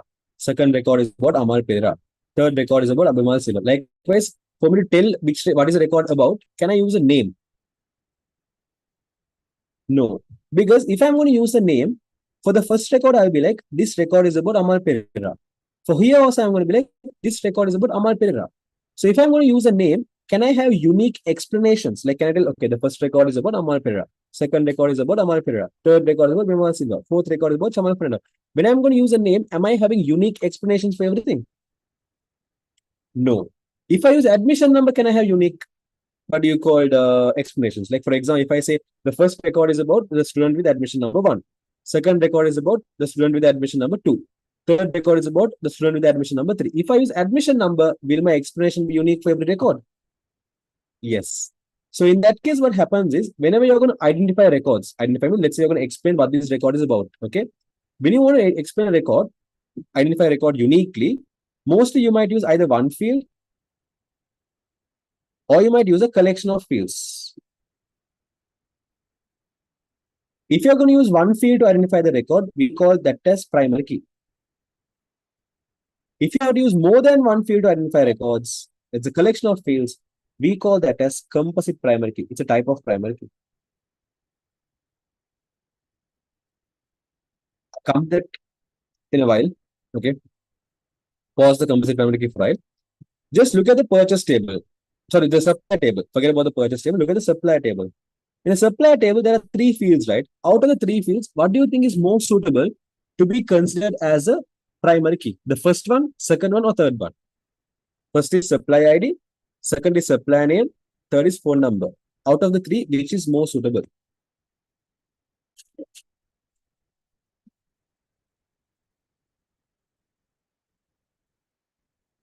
Hima, I'll tell about that in a while. Correct. Out of the 4 fields, the most suitable one is going to be supplier ID. Okay. out of the four given here, the most suitable one is the supply ID, because every supplier is going to have a unique supplier ID. So because every supplier is going to have a unique supplier ID, that is most suitable to take as a primary key. So when you're giving the answer for this question, you have to mention that as, you have to mention the field name and table name. So you're going to mention like supplier ID, or spellings has to be correct. Huh? If you make spelling mistake, you don't get marks. So sup underscore ID in supplier table.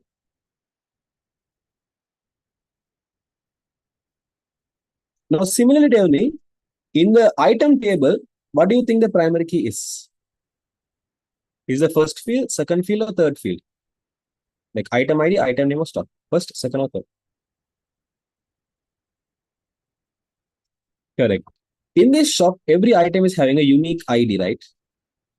So therefore, the primary key in item table is the item ID. So you can mention that as item underscore ID in item table. Okay. Is these two clear? These two primary keys clear?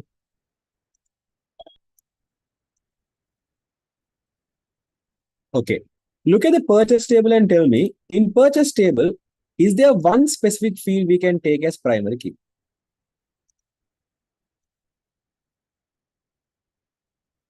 In purchase table, is there like one field you can take as primary key? Some are saying supply ID. Are you blind? Can't you see there is a repetition here? So if you're going to tell supply ID, there is a repetition here. No. If you take primary item ID, again there's a repetition. So if you take only supply ID, or if you take only item ID, there are repetitions. A primary key can never repeat. It has to be unique. Okay. It has to be unique. And it has to not only in the given data, it can't repeat. There should be no situation it could repeat. Now, for example, some of you are like, what about date? In the given data, there is no repetitions of date. But practically, can what do you call can two items? Can two items be purchased on the same day? Like imagine you have a shop. You're going to buy items from suppliers. Like imagine you're doing a business and you have different suppliers. Like for example, let's say you have an electronic business and you get fans from one person and you get, let's say, bulbs from another person. On the same day, can you go and buy fans as well as bulbs? Practically, is it possible? Yes. Practically on the same day, you can buy multiple items, right? So therefore, if you, let's say you're going to buy two items on the same day, then the date is going to be same here. So even though in the given data there is no repetition, always don't depend only on the given data. Ask yourself, practically can it repeat? Practically can it repeat? Okay. So technically in the purchase table, there is no one specific field you can take as primary key. And that is where this so-called composite primary key comes. By combining two or more fields, can we form the primary key? Now, if I ask you to identify every records here, you can't tell the first record is about 20th purchase. You can't tell the second record is about 29th purchase. Or you can't tell the first record is about the purchase of item number B001. Now, that's not how you tell it. How you tell it is, you can identify every record by taking supply ID and item ID. Okay. Not only these two. Actually, I take all these three. Supply ID, item ID, and date. All three fields. I'll tell you why. First of all, I'll tell you the issue if you take only these two. Imagine if I take only those two.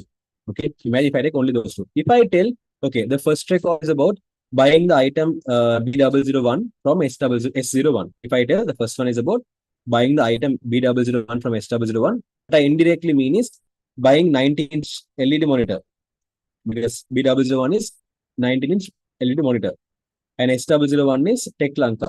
So the first record is basically indirectly telling you buying monitors from Tech Lanka. If you're a business from a supplier, can you buy items only once in a lifetime?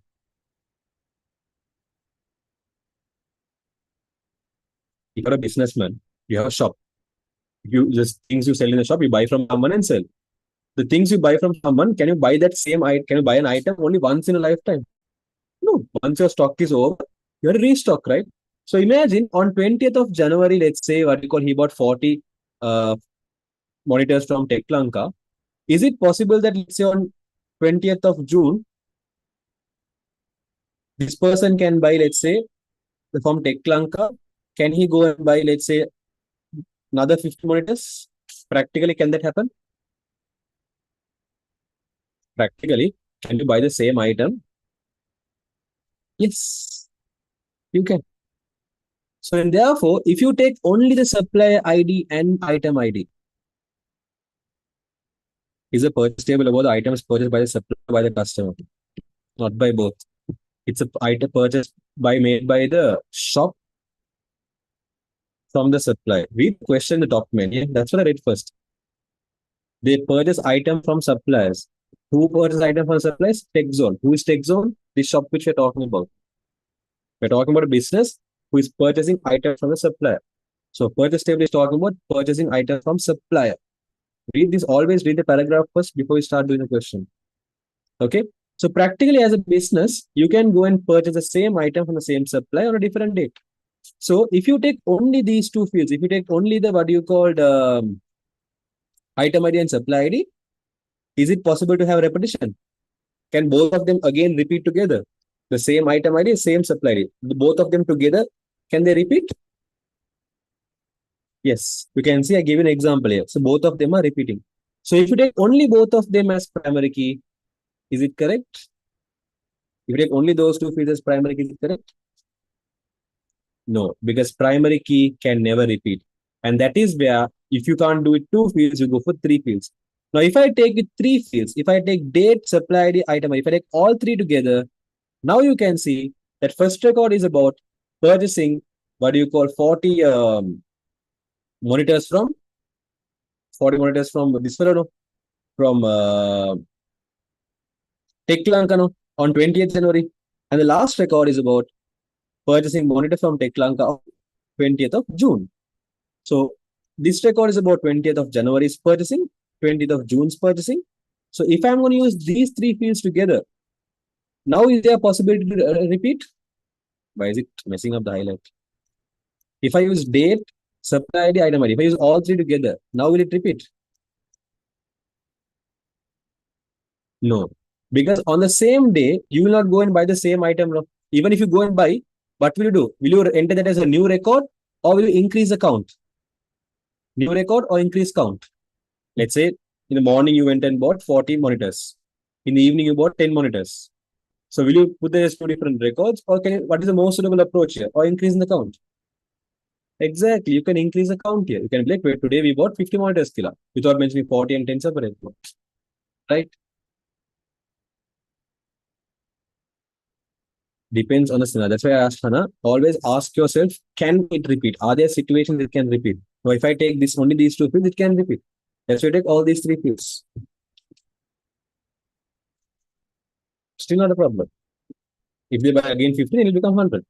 If the morning 50, night 50, you'll be like, oh, on 20th January, you bought 100 laptop monitors. Simple. So if it's the same day, you increase the count. Because here, if you notice, we are recording here on a specific day how many monitors was purchased from a respective person. So technically, in the purchase table, the primary key is going to be date plus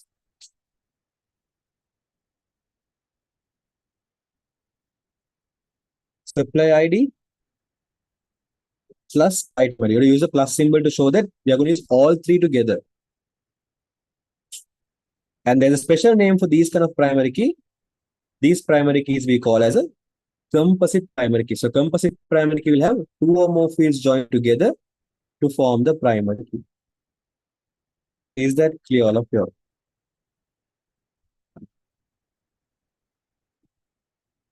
Got it? So always make sure you ask yourself, not only in the given data, practically can it repeat? So always, deciding the primary key, keep in mind, primary key fields values, it should be unique, which means the values should never repeat and the values should never get modified as well. It can't be a value that can get modified. Can you explain the difference between foreign key and composite key? Composite key is primary key. I didn't still talk about foreign key even. Okay.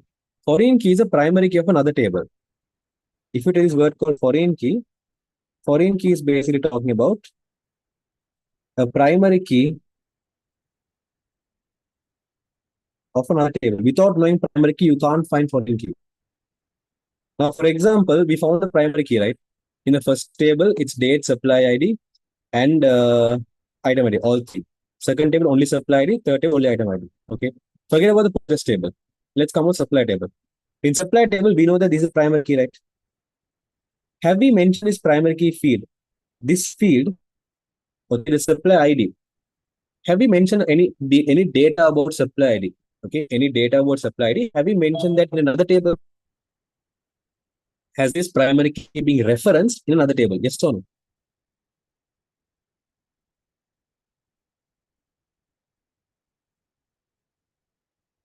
Hana, it's the items purchased from the shop, by the shop, from the supply. Imagine you're doing a business.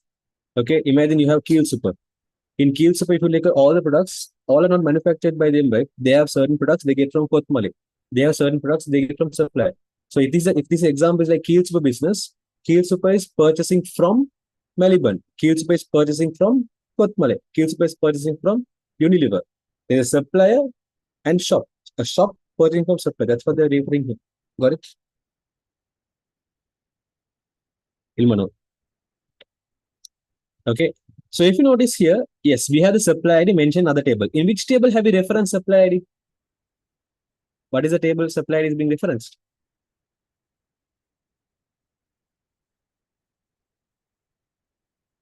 We have the supplier ID referenced in which table? I mean, what is the other table? Exactly. You can see supply ID is mentioned in the purchase table. So in the purchase table, it becomes a foreign key. So one example for foreign key we have here is, in terms of foreign key, one example we have here is supply ID in purchase table.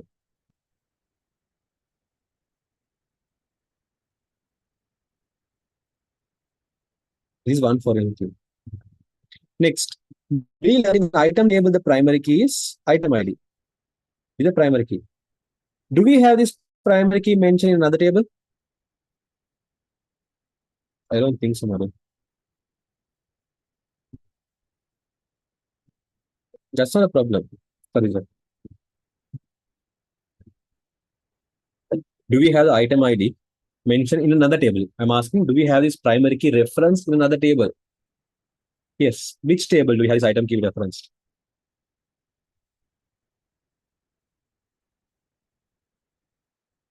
Exactly. You can see this primary key is mentioned in another table called purchase table. So when a primary key is mentioned in another table, it becomes a foreign key in the other table. So here, item ID is another foreign key. So there are two foreign keys you can see in purchase table. So you can purchase, so item ID. You can say item ID in purchase table. So there are two foreign keys in the purchase table. Always keep in mind, foreign keys are a primary key of another table. Got it? Can't we say supply ID in supply ID instead of purchase table? Okay, if you're saying that supply ID in supply table is a foreign key, if you're saying this is a foreign key, then where is it a primary key? Because I told you foreign key is a primary key of another table. If it's a foreign key here, then where is it a primary key?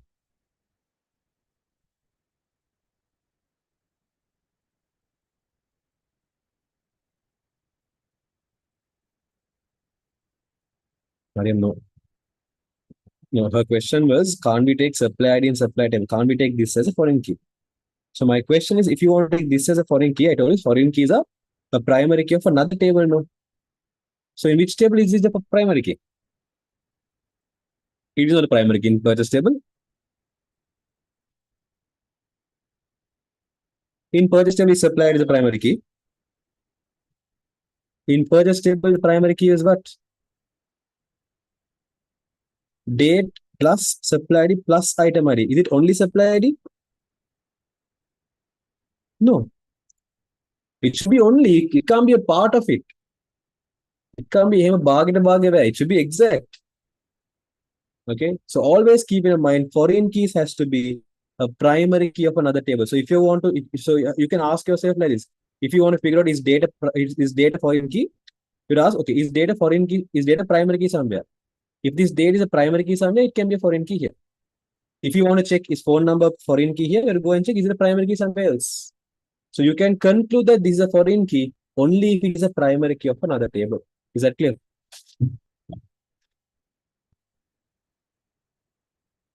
Got it?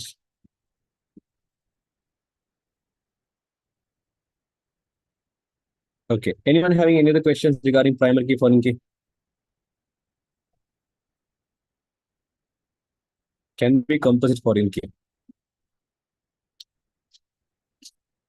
Practically, yes, but that will never happen.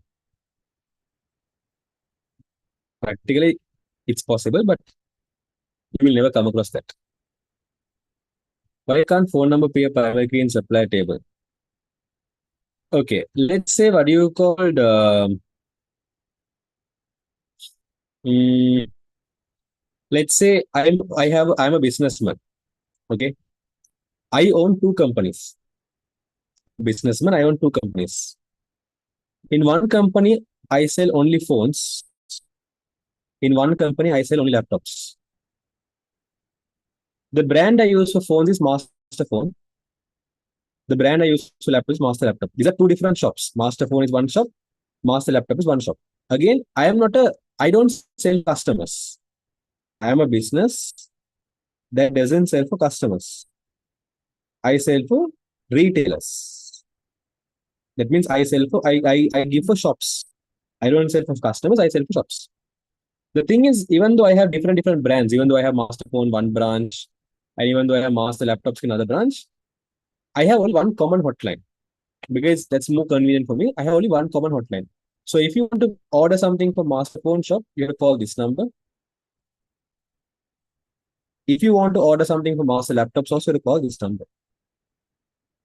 So is it possible for two different suppliers to have the same phone number?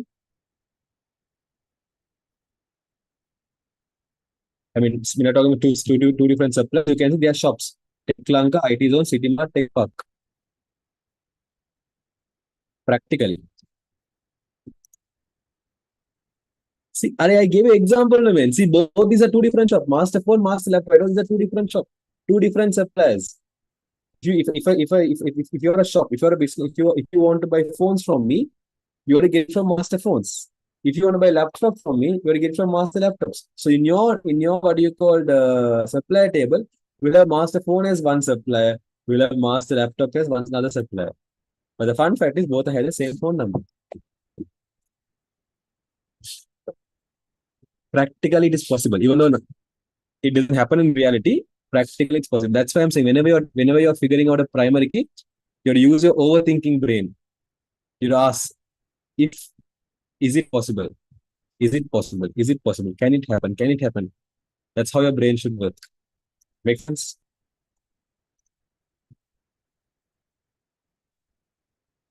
This looks too weird if it happened. There are certain businesses like that.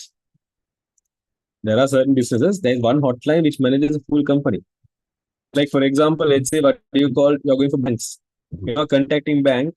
You go to Google when you're contacting bank, you will have one common hotline for all the banks, right? You will not be contacting the respective branch. I mean, you have branch hotline as well, but when you're calling a bank, you will be calling commercial bank. You might not call commercial bank the Hivala. So even though they have every branch has a contact number, you're going to contact a specific shop, you might have a central number for more easy convenient. Like KFC delivery. Yeah, KFC delivery, all these, what do you call those shops are the same. Even though you have multiple branch, you will call one hotline. You will not call, you will not have KFC, they will kill one number, KFC Mount Lavina, KFC Ratmalana Killer, you will not have three different phone numbers. When you're calling KFC, you call one number.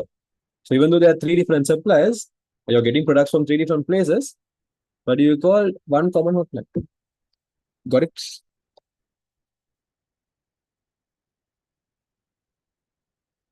Okay, I think I answered all the questions. If there's anything else, drop in the chat. Huh? Yeah, so they're asking primary key here. So primary key, this is the answer. Always mention the field name and table name both. Huh? These are the primary keys we have. If there is no primary key in a table, there will be composite primary key, right? So can composite primary key repeat?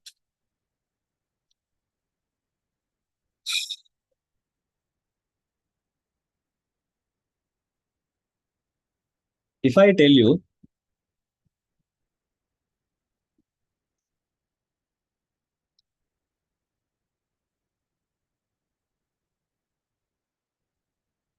if I tell you, there is a type of water called normal water and salt water.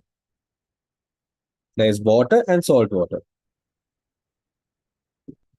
Okay, there is water and salt water. So we do now, if you look at a cup of water, you will not tell, okay, this is normal water. You just call them as water. But if you look at a cup of salt water, you drink it, because this is salt water. You'll be specific. Okay. If I tell you,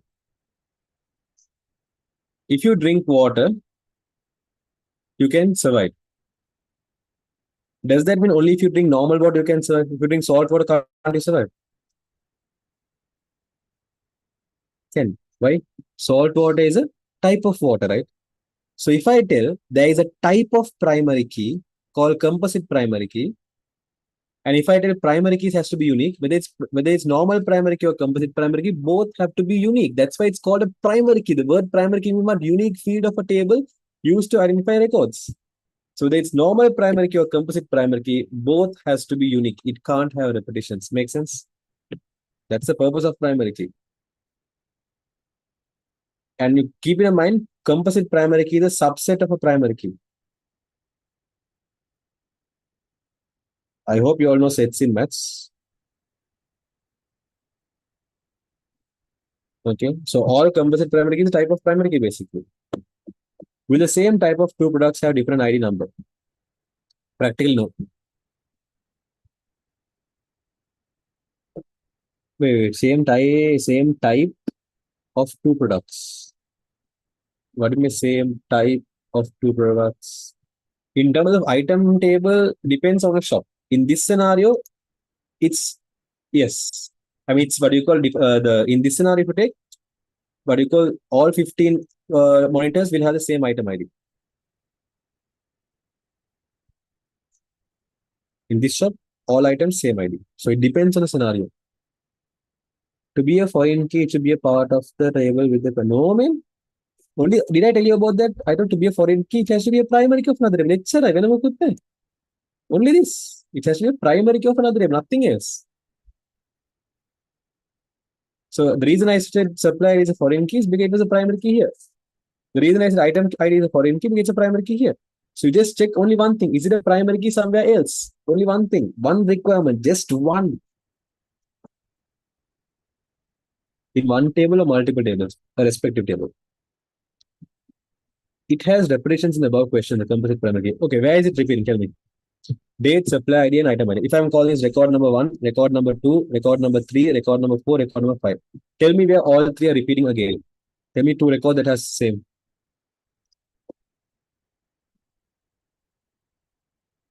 Athiya, in this example, both having the same ID. In this shop. But normally it depends on the shop. 3 and 5. Okay, in 3, we are having 12 S02, B02. In 5, we have 14 S02, B01. Are these same? Go and check your eyes. Are these three same? Do you have 12 and 12 here? Do you have S and S here? B and or is all three same here? I said together. When I said together, man, it has to be together. That's why I put plus here. Together, it has to repeat. Is it repeating together? No.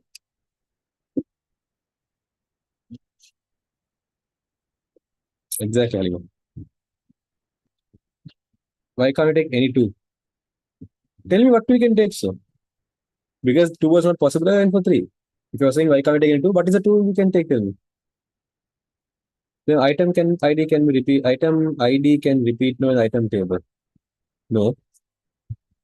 If you're going to repeat an item, that shows how stupid you are. Shop, they will not have two items the same ID. In shops, we have barcode, right? When you take Golmari and Tikiri Mari, all the Golmari will have the same barcode. All the Tikiri Mari will have the same barcode. But will Golmari, Tikiri Mari will both have the same barcode. Let's say there's 100 Golmari, all Golmari will have the same barcode. Let's say has 100 Tikiri Mari, all 100 Tikiri Mari will have the same barcode. But will Gold Mari and Tikiri Mari, will both of them have the same ID? No. If they're going to have the same ID, that means you're having a very bad barcode system. You will not have two items the same ID. If it's two different items, yes. Yes, Simon. Because it's stupid. 3 and 5 can be taken as 2 now. What is common? I said all three has to repeat. Can we write the composite key if they ask for primary key? Yeah, man, I said that it's a subset. You have to go and learn what is subset, man. You are very bad with your maths. All composite primary keys are primary keys. The subset.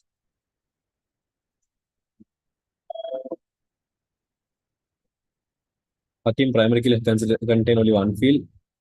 Composite primary key collect more than one field. That's what I wrote first itself here. Front of a pencil, the answer is there.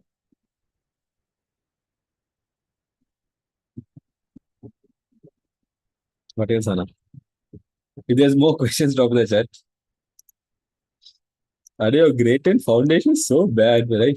Pity about your grade 10 level. See. What is it?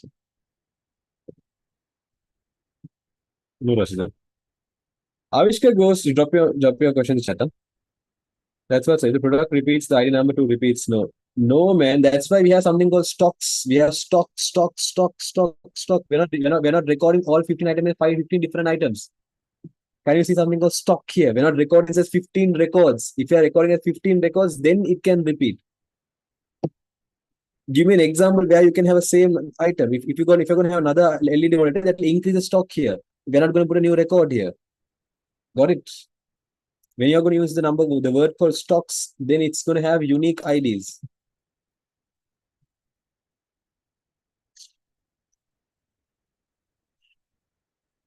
Next, Avishka goes to TechZone to buy 516 pen drives.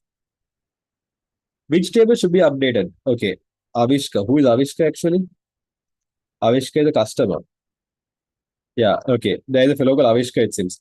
He goes to TechZone and he buys 15 pen drives. If a customer goes and buys pen drive, it will affect which table? Will it affect all three tables? Only purchase, only supply, or only item?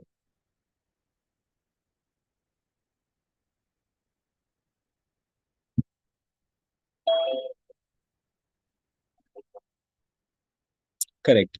If you read the question properly, especially this first paragraph, you will know TechZone is a shop we have maintained a database for. This is the shop we are talking about. Okay. And if you go for Avishka is going to go for this shop and Avishka is going to buy pen drives. When Avishka goes and buys pen drives, what will happen is from the current pen drive stock. Now, currently, the shop has how many pen drives remaining?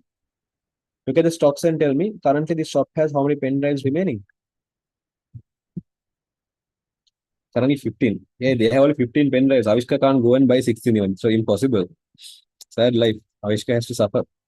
Anyways, let's say if Avishka buys a pen drive, then what will happen is we're going to update the item table. Apart from item table, there is no other tables that we're going to update. So the only table that will get updated is item table. Because Avishka is a customer for TechZone. Avishka is buying something from TechZone. Got it? Purchase table is buying from supplier. Avishka is on a supplier. If Avishka is a supplier, then they have to tell that Avishka is going to give for TechZone. Is Avishka giving for TechZone? Is Avishka supplying for TechZone? Is Avishka coming and giving the pen drives to TechZone? No. He's buying from TechZone. TechZone is a shop. Fill in the paragraph top, TechZone is a shop which I'm referring to here. So Avishka is buying from TechZone, not giving TechZone. Purchase table is where we are going to buy. TechZone is going to buy from a supplier.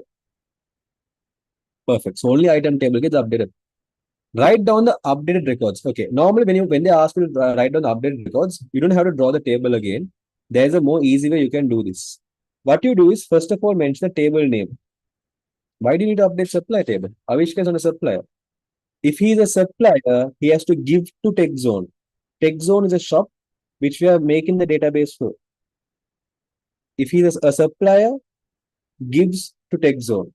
A customer buys from TechZone. Avishka is a customer. He's buying from TechZone. Makes sense? You all should bloody go to commerce class, man. Didn't finance teach all about who is the customer and who's the supplier? I had to I had to ask finance to do a seminar on what do you call customer supply theory and wholesale retail businesses. Anyways, what do you call Roman number two? Write down the updated records. To show the updated records, you first of all mention the table name. Now here we updated the item table now, so I'm going to go and mention the item table. After you mention the table name, you put an arrowhead. In brackets, you're going to mention the fields that has to get updated. Now, when I talk about pen drives, at a practical, you can't go and buy. Wait. I did a mistake. It's not 16 pen drives, it's 5 pen drives. Sorry. Then possible. He's buying only 5 pen drives. Okay. So, item table is going to update. The first field in the item table is item ID, and the item we're going to update is B03. So, I write B03. Second field contains item name. So, I'm going to write the item name here 16 GB USB flash drive. Third field contains the stock. Now, currently there is 15 stock. Avishka is going to buy 5. After Avishka buy 5, how much will be remaining? Now, this is maths basically. There's 15 stocks. There's 15 items available. Avishka goes and buys 5. What's the updated stock?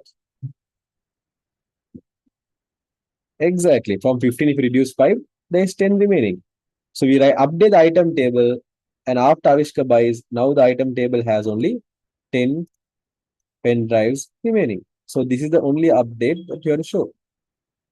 Is that clear, all of you? Mention the table name, arrowhead, first field's value, second field's value, third field. Every field's value has to be mentioned.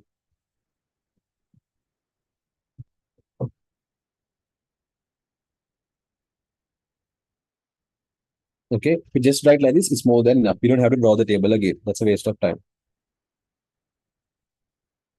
Then question Roman number 3. Roman number 3, the text zone decides to add a new option, new item called optical mouse. Why can't it be 20? How is it 20? Avishka is a customer. If a buys an item from a shop, will available item in the shop increase or reduce? Use your common sense, man. You go to a shop, you buy items. The remaining stock, you know what? Stock is a commerce term. I'm not going to explain what commerce stock is now. The tech zone decides to add a new option, new item called optical mouse and purchases 40 units from the supplier Tech Park on 2019 February 28th. Okay. Now here the shop is now in this scenario in Roman number 3. In Roman number 3, are we talking about purchasing from supplier, or are we talking about customer purchasing from us? Are we talking about scenario 1 or scenario 2? We purchasing from supplier or customer purchasing from us? 1 or 2?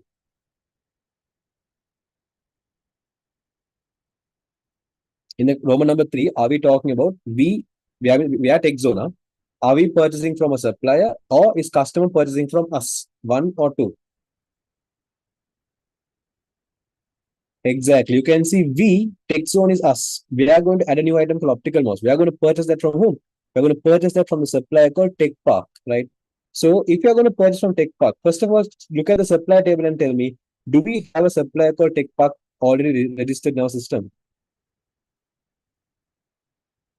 Look at the supplier table and tell me, do we have a supplier called Tech Park registered in our system? Yes, we have. So is it necessary to update the supplier table? Should we update the supplier table? No, because there is nothing happening for the supplier. Okay. Should we update the purchase table?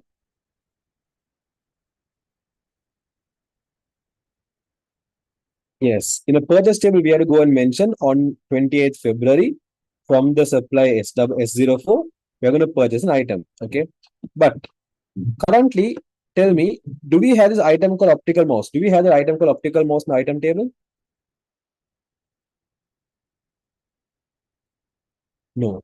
So should I enter a new item called optical mouse? Yes. So in the Roman number 3, we're going to update 2 tables. We are to update the item table as well as the purchase table. Is that clear, all of you? Got it?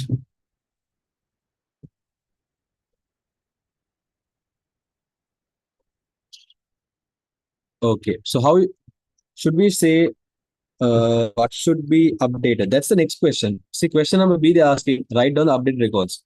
So in B, you have to mention that. In B, you have to mention item table, how to update that. So you update the item table. Item table contains three records. First record is item ID. So first one is B01, B02, B03, B04. So if there's new item, we can guess that it has to be B05 and B005. Second field contains the name of the item. The name is optical mouse. So I'm going to write optical mouse. The third field contains the number of stocks. How many items we are buying? 40 units. So I write 40. And the next table that's going to get updated, the purchase table. So you write the table name that has to get updated. Then you write every field's value. In the first field, we have the date of purchase. So here they're purchasing on 28th February 2019. The second field purchase table has supply ID. They're purchasing from Tech Park. Tech Park is S04. So I'm going to mention S04. The third field contains item ID. We are purchasing an item called B005. So I write B005 here. The last field contains number of items we are purchasing. We are purchasing 40. So this is how you mention. This is how you show the item ID and purchase ID is updated. Is that clear, all of you? Got this?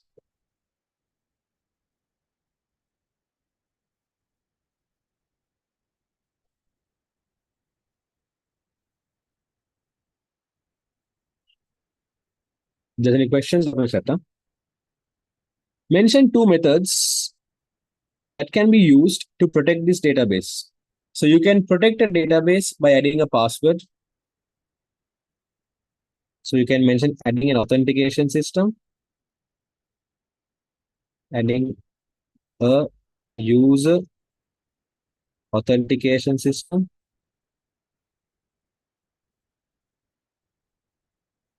which means using what you call password to access database.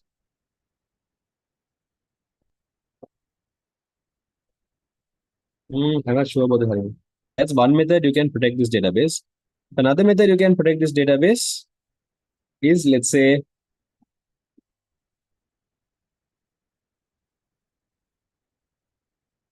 encrypting the data will not protect the database.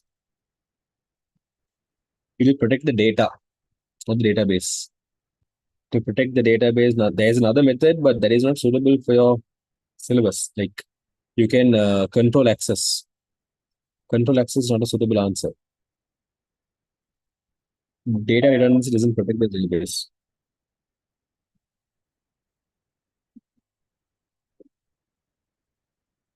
You can mention this having backups of database is another answer. Another answer is not suitable for your knowledge, like for your level. That is limiting access control for users. Limiting access control for users means normally as a user, like when you're using a database, you can enter data into the database, or else you can obtain data from the database, or else you can modify data from the database, or else you can delete data in the database. There are like four things you can do for a database. We call this CRUD operations, like create, read, update, delete. Okay, create means enter record, obtain means read data, modify means update data, delete means delete data. We call this CRUD operations. Okay, so normally if you take a large scale database, we block this delete option. We don't give everyone to delete data, because if you delete data, it can be harmful. And modify data, we give access only for limited people, not for everyone. Like limiting entering data, obtain data, we might give access for many people, but modify delete, we can limit the access. This is a bit too much complex for your level of knowledge, because you all don't know about what this access control is. So I don't think that is the answer they would expect from you, but that's the correct answer. Huh? What you can say is limit the access for the people who are going to use the database. Like don't allow them to delete data, or don't allow them to modify data, something like that. Got it? Can we say use an antivirus? No. Database, you can't use antivirus. Textbook says encryption and password. Encryption does not protect your database. Encryption protects your data, not your database. The question is asking protects the database. So technically, encryption is not suitable. What is encrypting? Encrypting is making a data, what do you call, in an unreadable format and storing data. Like for example, like when you're registering a website, let's say you go and register in Master Online website. When you register in Master Online website, you have to give your username and you have to give your email address and you can create any password you want. Now when we are storing email address, I'll store your email address as plain text. Okay, this is your email address. But your password is not stored in the normal way. Your password is stored in an encrypted way, which means a gibberish format. Like for example, let's say you have saved your password as your password 123. Even though your password is 123, in the database it will be there as hashtag WXAB dollar or at 111. Your password might be like this. It will have more characters even. That's how an encrypted password look like. So when you're storing the data, we don't store the original data. We encrypt it, which means we what do you call, we convert this real data into ununderstandable format. So this ununderstandable format is what you call as the encrypted data. So this process is called encrypting, and converting from here to here is called decrypting. Will you know a password? No. Because your password is stored as encrypted data. I don't know your password. Simple. Is the encrypted data same in all database and is converted device? No. You can, if you take Master Online, I have my own encryption method. The encryption method I have created, even I can't decode. If you look at how your password is stored in Master Online website, it is not possible for me also to decode your password. Even I can't decode your password. That's how I have encrypted. You will not get that question for Samar. But I have, because the depends on encrypting decrypting. Okay. The way I store your password, no, if you take the Master Online website that was made by me, no.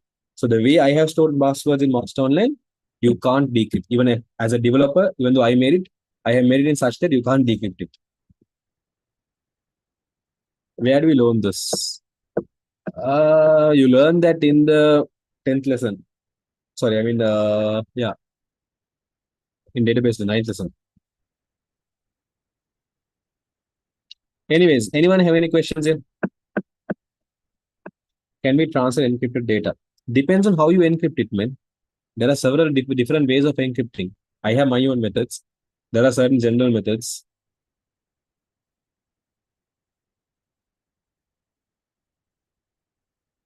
Why, Hana?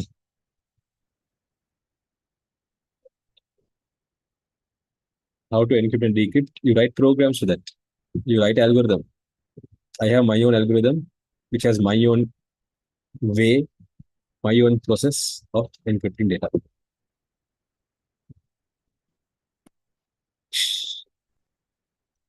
Yes, Hana. Okay. How many keys are there in the database? Every table will have a primary key. It's composite to have primary key. Correct?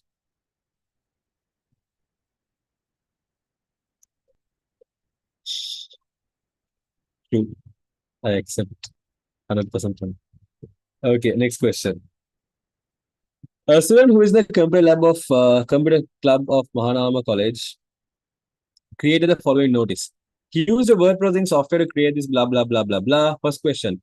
Write down the steps required to save this document in desktop as ICT club. Okay, normally if you want to save a document, first of all, you go to file, click on file tab.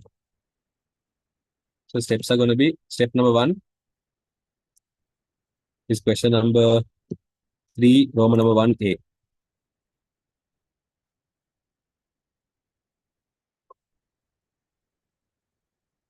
Why did it start? Okay. 3, Roman number 1A.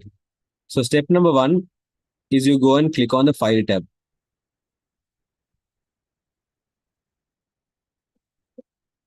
There are different approaches as well. Step 2, select save as option.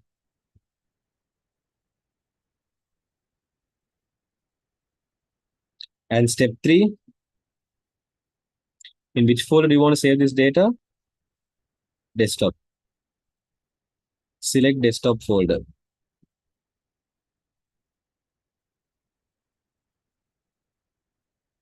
And step 4, enter the file name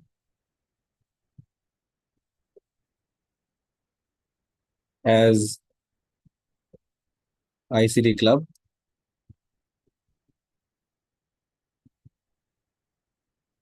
And step 5, click on save button. So these is the options how you can save. If you want, you can replace these 2 steps.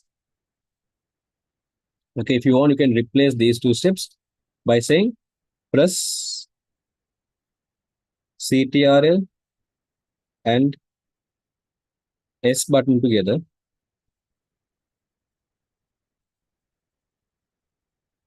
Okay, and then you can, the remaining steps you can continue as this. Depends, Sudha. They can, but they won't. I mean, I can't guarantee that they won't, but it's possible.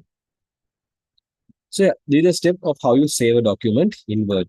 Next, what is the tool used for the formatting in label A? Formatting means changes made for a document. Look at this label A and tell me what are the changes you can notice that has happened to this text.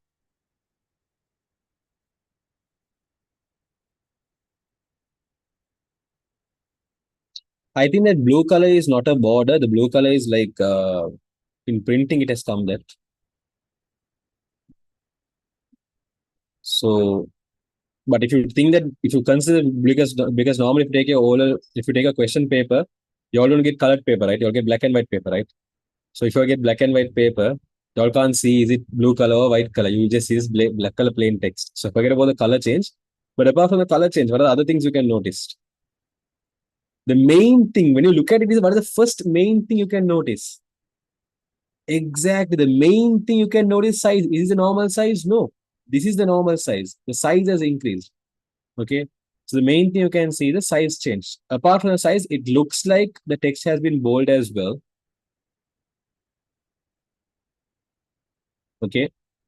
And yeah, uppercase, maybe they typed uppercase. So we can't tell that have they done that. So what is the tool used to do the formatting in the label A? There are different options you can tell. For the question B, you can tell font size tool. It doesn't look like bold tool. It actually looks like word art tool. But then practically, if you take your papers, exam paper, they give the paper in black and white. So if you look at the whole, it's the same thing if you look in a black and white format. Like let me show you how it will look in a black and white format.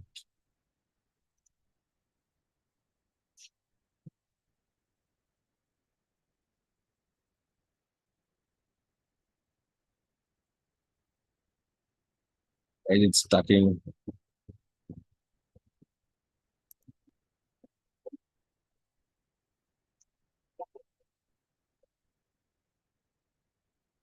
Okay, in this one, I can't take it as black and white. If I take it opera, I think I can take it black and white.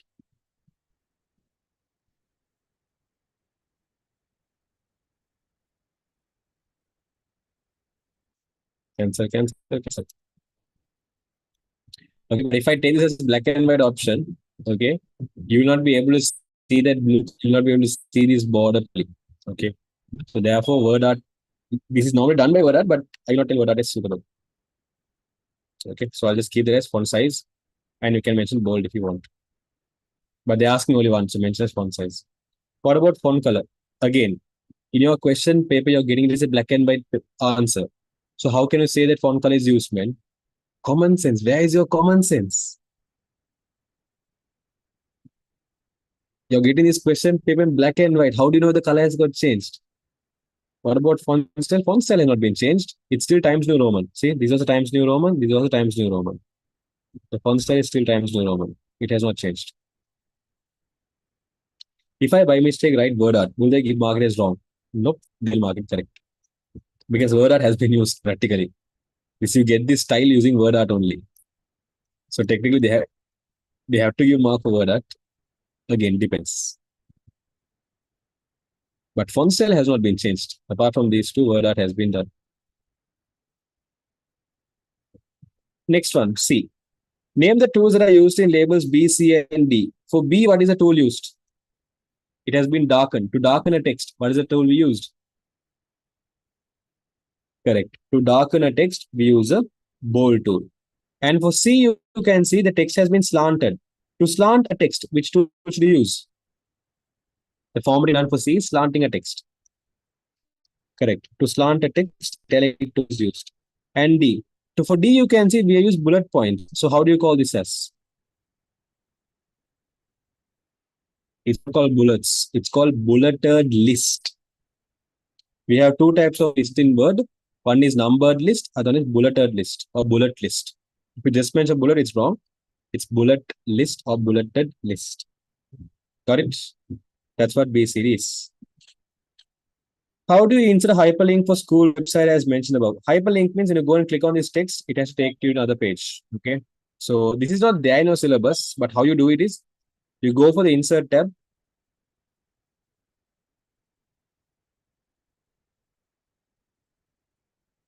Select insert hyperlink or select hyperlink tool.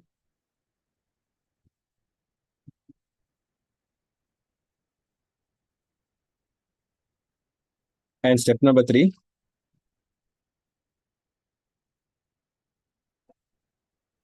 enter the preview text and source URL. Preview text means what text to show. Source URL means when you click on this text, where should the user be taken to? Did you say it's not there in syllabus? As I know, hyperlink is not there in syllabus. In Word, you learn hyperlinks in what you call fifth lesson of grade 11, but that is you learn how to make in websites, not in Word documents. Better remember it because sometimes they ask general knowledge questions as well. Like this is something is like a general knowledge one, but nothing serious. So just keep in mind, in insert tab, there's an option called hyperlink. You have to mention the preview text and the source URL. Preview text means what to show when the user has, what the user can see. Source URL means when you click on that, where has to be taken to? Which website should he take to? What is the other type of list apart from bulleted list? Numbered list. The other type of list is numbered list.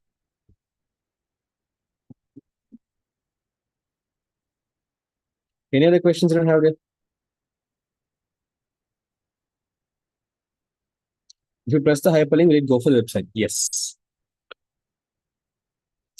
Okay, next. Write 5 qualities of a good presentation.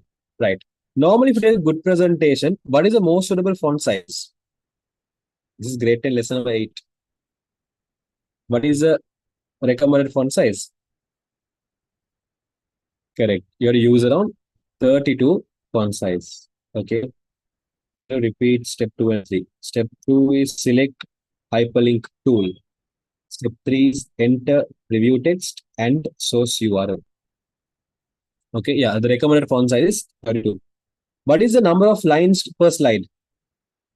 Most probably no. Let's see. What is the recommended number of lines per slide?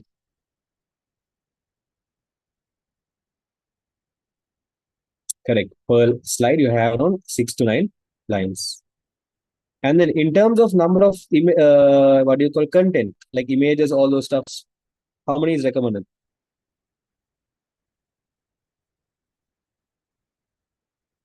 Yes, grade 10, lesson number 8. Yes, around 2 to 4. Around 2 is recommended, but 2 to 4. 2 is recommended. How many videos or animation? Per slide, how many videos or animation you have to include maximum? Correct, maximum 1. In terms of what you call colors, what is the color to avoid?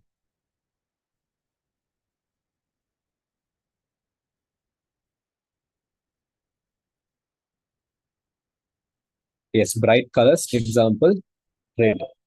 What is for a good presentation in terms of spellings and grammar? There should be mistake or there shouldn't be mistake.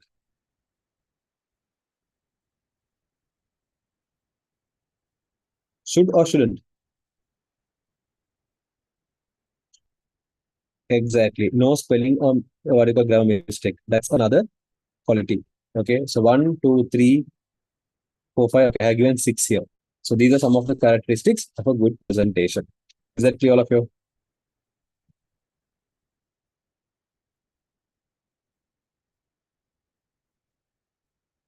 Okay. Next. What are the view types in presentation? There are many view types. Some of the main thing which you have to keep in your mind is you have to have the normal view. This is where you make the presentation. Then there is a view when you're going to present the presentation. When you're going to present the presentation, what is the view you use? When you're presenting it, what is the view?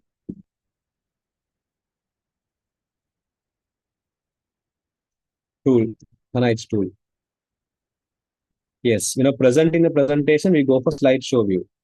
And then let's say what do you call you have all you want all the slides to be visible and you can reorder this slide. How do you call that view is? The ability to reorder the orders of the this one slides. Correct. That's called a slide sorter view. So these are three main views. There are more views like reading view, all those stuffs, but these are three main views you are mentioned here. While you're editing the presentation, while you're presenting the presentation, and while you're rearranging the order of the slides in the presentation. Correct?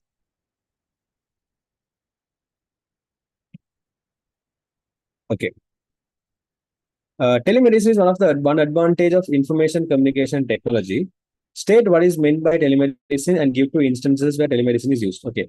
Telemedicine is basically where you're going to using ICT, providing healthcare services to the people far away from the hospital. So using ICT, if you're going to provide healthcare services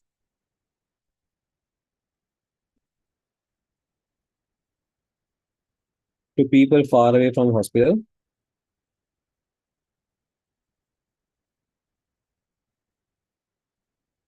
that's what you mean by telemedicine. And where it can be used, telemedicine can be used. What do you call for training medical students? Okay, so if you're going to train medical students, you call them as medical teletraining.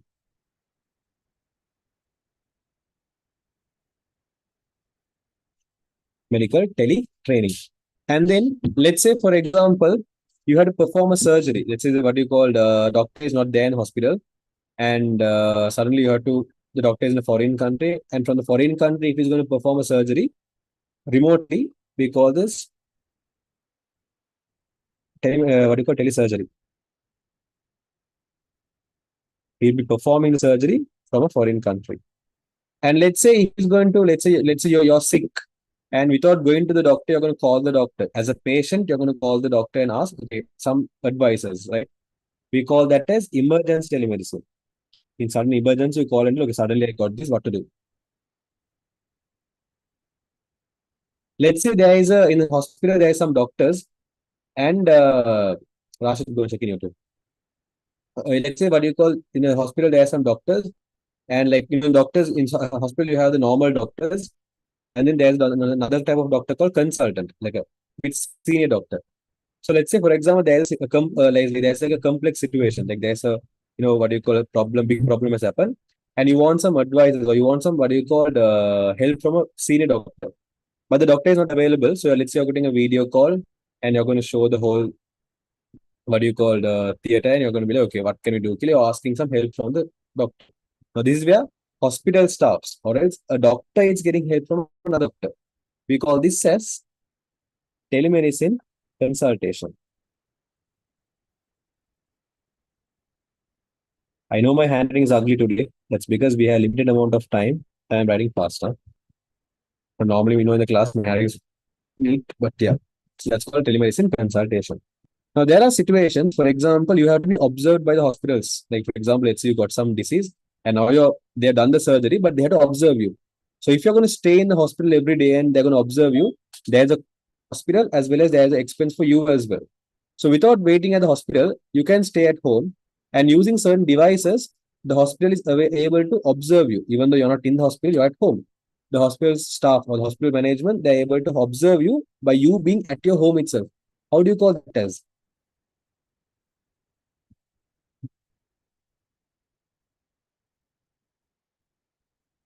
Yes, that's called home health medicine or home health telemedicine. So one, two, three, four, five. These are the five what do you call instances where telemedicine is used. Basically using ICT to provide healthcare services.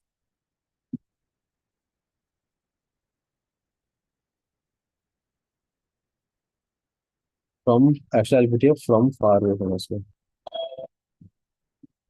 More than saying for whom, so from far away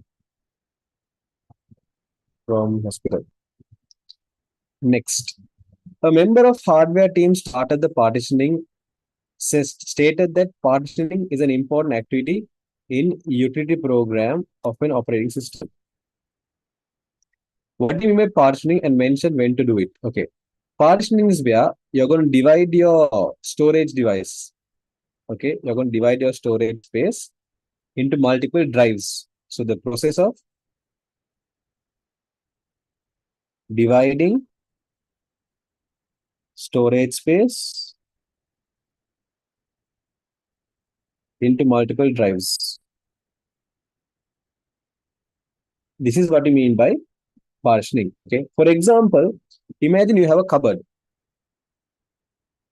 just a cupboard. In this cupboard, what do you call? Let's say you don't have what do you call?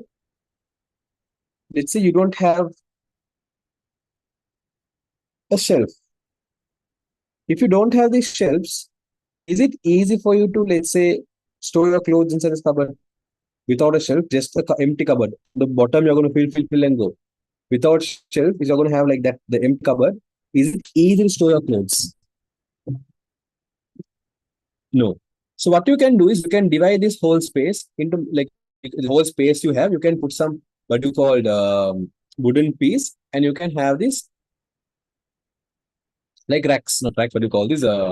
Shelves. Okay. So by having shelves, now you can store without keeping without making sure that you pile up everything from here onwards, little. What you can do is you can pile up stuffs here. You can pile up stuffs here, here, and here parallelly. Similarly, if you take your hard disk as well, without storing all the data in one specific place, what you can do, you can divide this hard disk. Again, you don't cut the hard disk physically, but in a software perspective. So that's why you call this logical division. We don't call this, there's something called physical division, logical division. Physical means that you're cutting it and breaking it into different pieces. Logical means it's one device, but in a software perspective, it will be considering as, it will show you as if there's two different devices. Huh?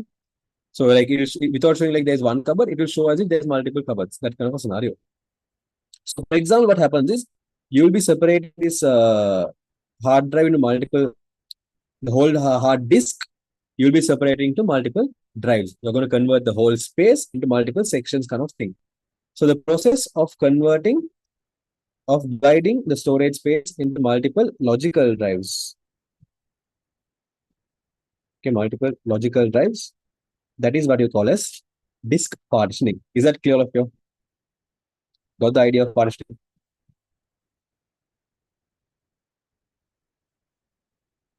Right. Next, they're asking if you have any questions or in chat, huh? Logical drive. And they're asking the advantage. When should you do it? Normally, you can do disk partitioning when you want to have multiple operating systems. Let's say you want to have one computer, you want to be able to use multiple operating systems. So to have multiple operating systems, you can do disk partitioning. Or else, let's say you want to organize your files separately. Then also you can do disk partitioning. Okay. So these are two main purposes, but there are other purposes as well. But these are two primary purposes why you will do disk partitioning. Is that clear? If you have any questions, ask them. Gayani has registered herself in an electronic banking system. She uses this facility to do online shopping. Mention two advantages she can get from online shopping. What is the advantage you can get from online shopping without going to a shop and buying stuffs? If you're going to buy stuffs online, what are the advantages we have? Perfect. Open 24 hours. So you can tell it as can buy anytime from anywhere, can buy at any time from anywhere. What else? Okay, able to pay online.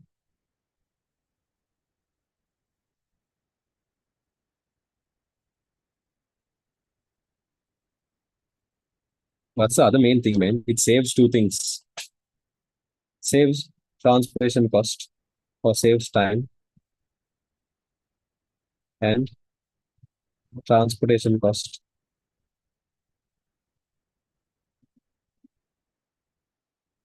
Yes, you can get home delivery.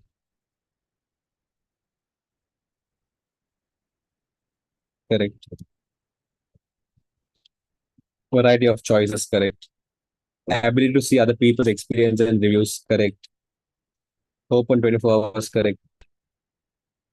Efficient. Correct. Those all are correct. Acceptable. So any of those advantage you can mention. Mention two other facilities she received from e-banking system. Okay. By using e-banking system, she can do several other stuffs as well. One thing is she can check her balance using her like the banking application. She can check bank balance. She can track transaction history.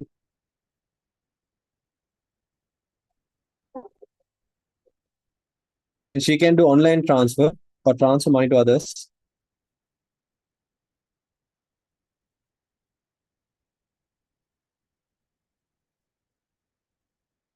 Exactly. You can pay in certain what do you call in certain banking e-banking systems, you can pay utility bills, right? Which lesson? Great in lesson number one, right? So you can mention any other examples as well. Is that clear?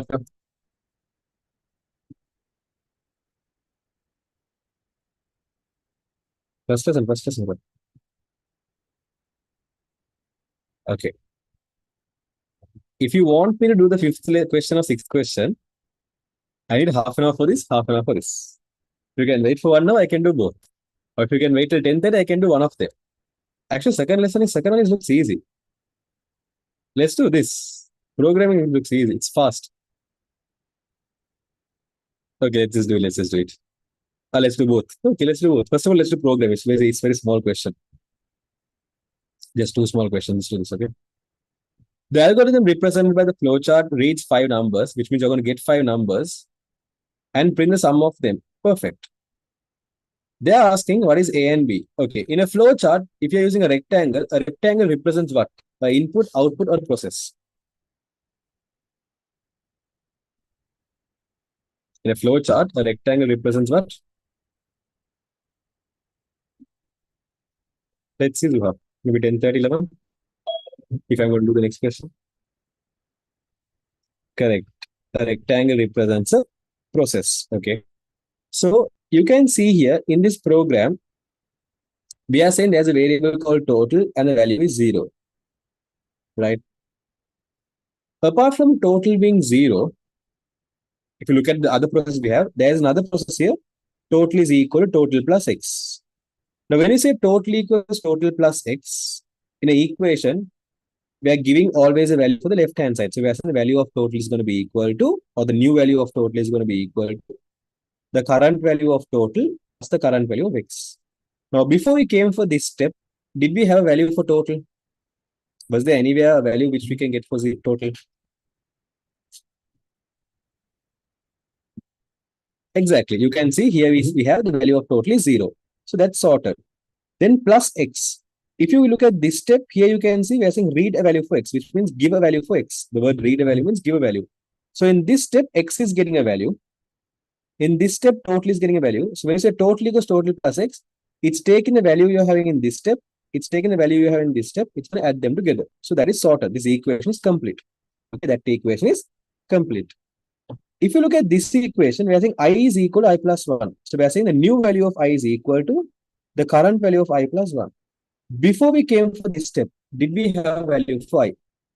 When you say I plus 1, do we have value for this I here mentioned? The equation is I equals I plus 1, right? So before we came for this step, did I have a value? No. See, there is no value. So technically, we can figure out that this label has to be where we give a value for I. Where we give value for I. Okay.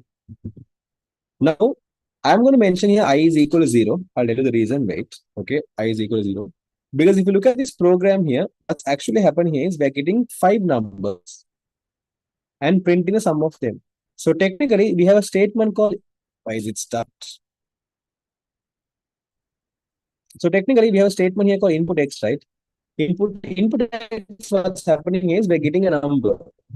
This instruction has to be repeated 5 times. What's happening is we're getting a number, adding that to a total variable. Like initially total was 0.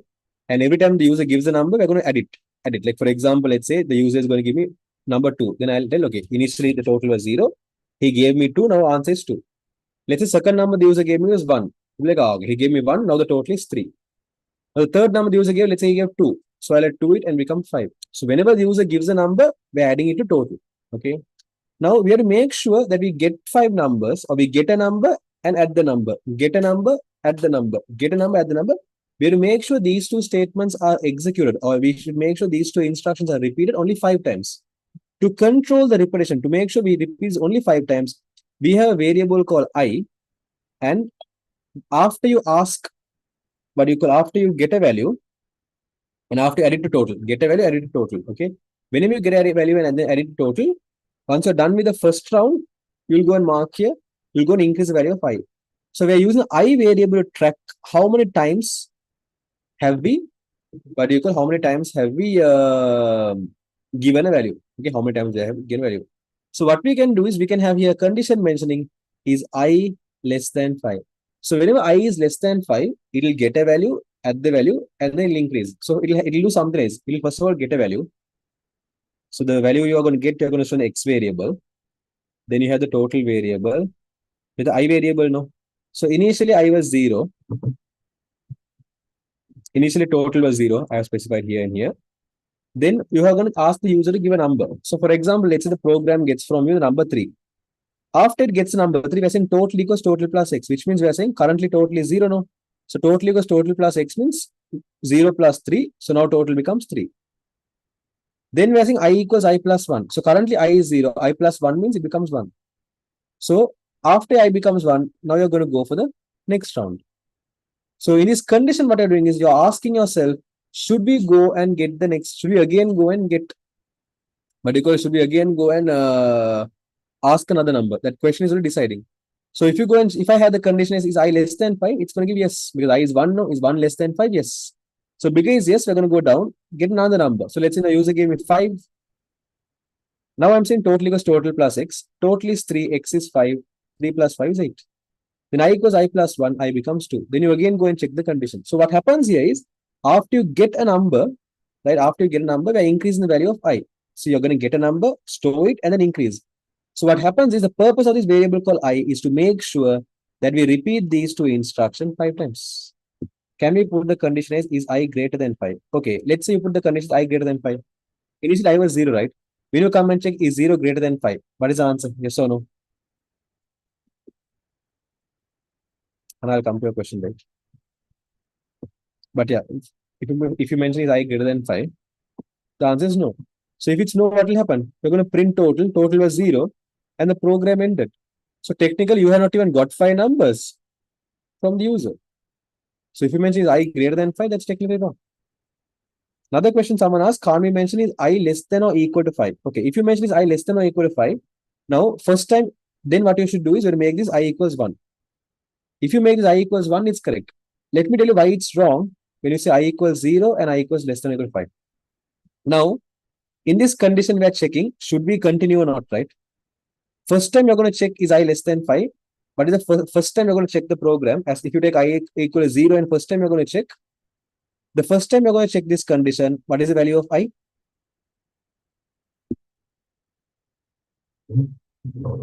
First time you're going to check that condition, what will be the value of I? Exactly, I will be 0. So you're going to check is 0 less than or equal to 5. When you check is 0 less than or equal to 5, it's going to give true. And once you're done getting the number and adding the total, you're going to increase the value of I now. So I will become 1, I will become 2, I will become 3, I will become 4, 5, 6. That's how the value of I increases. Now, if you're going to check the values of I with this condition, if you're going to check the value of I with that condition, when I is 0, will that condition give you the answer as yes or no? When you check this condition, when the value of I is 0, will give yes or no? If you go and check is 0 less than or equal to 5, is the answer yes or no? Yes. When the value of I becomes 1, will it give yes or no? Yes. When the value of I becomes 2, will it give yes or no? Yes. When the value of I becomes 3, it will give yes or no? Yes. When the value of I is 4, yes or no? Yes. When the value of I is 5, yes or no? Yes. When the value of I is 6, yes or no? No. So after it becomes 6 only, it will go to the no direction, right? So in that case, you continued. You went towards the yes direction. Okay. See, if the condition gave you true, you went for the yes direction. Whenever you went for the yes direction, you're going to get an input from the user. So how many times did you go for the yes direction? 1, 2, 3, 4, 5, 6. 6 times you went for the yes direction. Is the question asking us to get 5 inputs or 6 inputs?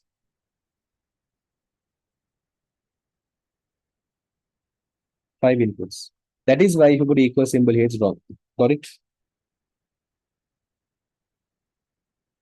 So if you want to put the equal symbol there, then the starting value should be equal to 1. Make sense? So option number 1 you can say is, you can tell A is basically I equals 1 and B is basically is I less than or equal to 5. The answer number 2 you can say is A is representing I equals 0 and B is representing is I less than 5. These are the 2 possible options. Got it? Can you apply any condition according to the question? You have to give a condition here that this condition will give you true. I mean, based on this condition, these 2 instructions or these 3 instructions has to repeat 5 times. So any condition that will make sure the repetition happens only 5 times, and after 5 times is completed, it has to go for no and display the total. That's how we decide the condition. The purpose of the condition is to make sure that the given instructions are repeated only 5 times. Got it? Because the question says you want to repeat that 5 times. Asking a number, adding to total. Asking a number, adding to total. Make sense? So based on the condition, we decide how many times, how like to make sure that these condition instructions inside repeat 5 times. We can't use other algebras, right? You mean apart from the letter I?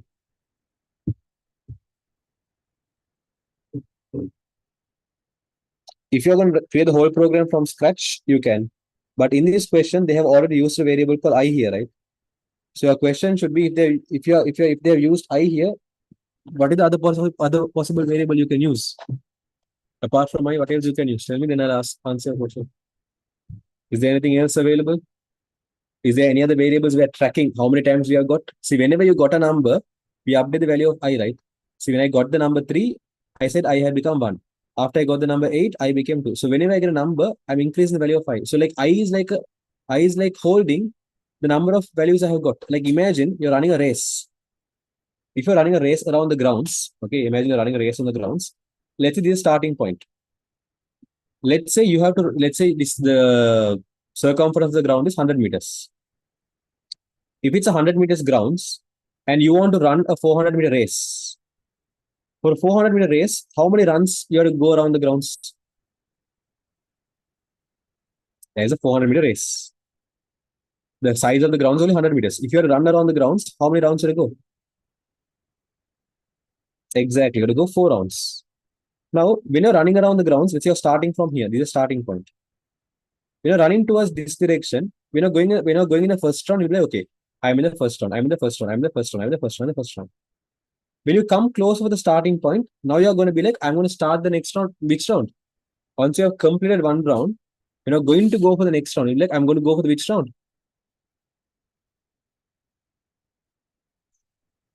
Exactly. I'm going to go for the second round. Then you go for the second round. Once you're done second round, you're going to go for the next round. Now your mind will tell you what? I'm going to start the third round. Imagine you're running around the grounds. If you don't know which round you're in, let's say you don't know, are you in the first round, second round, third round? If you're not aware of this, will you be able to correctly complete 4 rounds properly?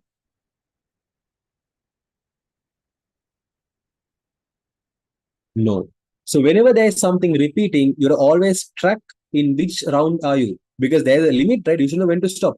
Only if you know in which round you're in, you will exactly know when to stop. So just like how you when you're running around the grounds, you'll have the number of rounds you know you're running.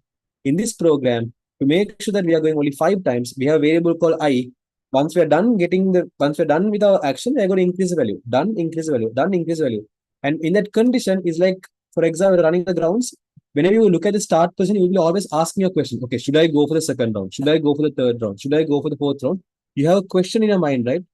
That same question you have, once you have completed here, when you come to this condition, you're asking, okay, should I go for the next round? And this is the condition we have. Decide, should you go for the next round? Make sense?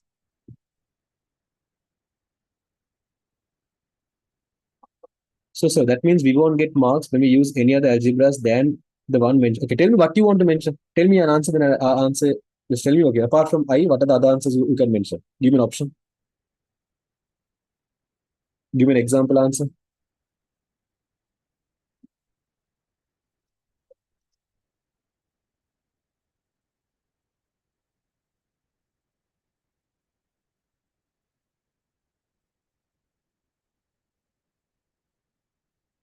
No, I got the question. Huh? Give me an example answer you're referring to when you say like apart from I can't use any other variables. Just give me an example. What do you call letter you're referring to? And then I tell why can't you use that? Or why can you use that? Or where you can use that.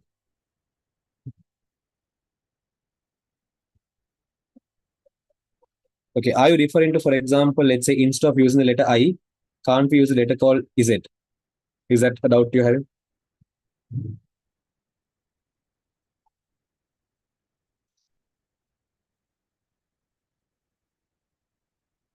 If you are going to, okay, now imagine you're running around the grounds. Okay, you're running around the grounds. What you're going to do is, whenever you're going around the grounds, you're going to count the number of trees that is available around the grounds. Okay, let's say there's a tree here, there's a tree here, there's a tree here, there's a tree here, there's a tree here. If you count the number of trees that is there around the grounds, will you be able to make sure that you complete 4 rounds?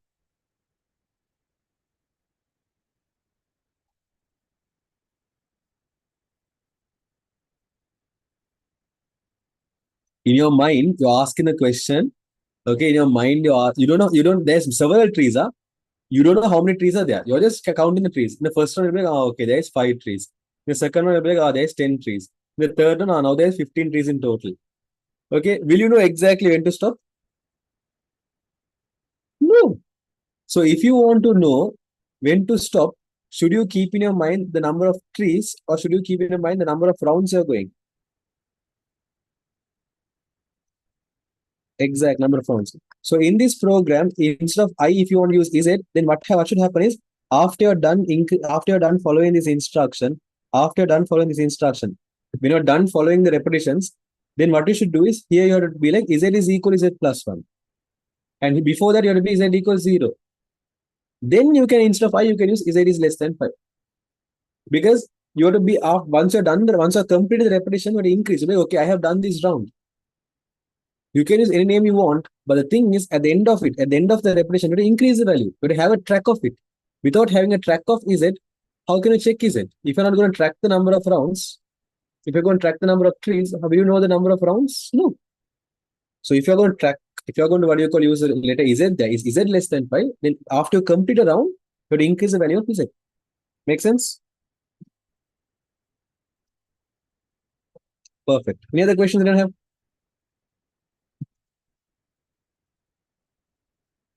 If there's any questions, drop in the chat. Write the pseudocode to represent the above flowchart. Okay, so you can write the flowchart pseudocode like this.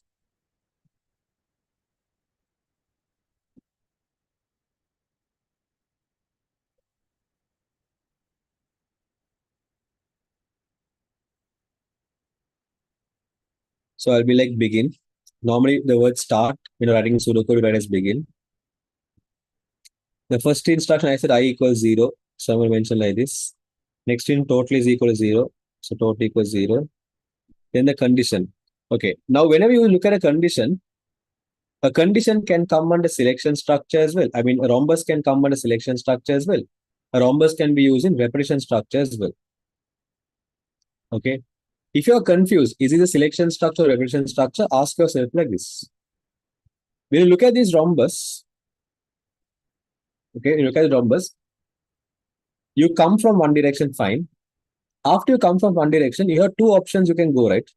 You have two directions you can go. Let's say there was one person who went towards in no direction, and there is another person who's going only in yes direction. Okay, imagine that there are two people walking and coming. Forget about the logic, forget about the question, forget about the conditions we have. Just look at the shape, look at how the lines are there. Look at the shapes and lines only.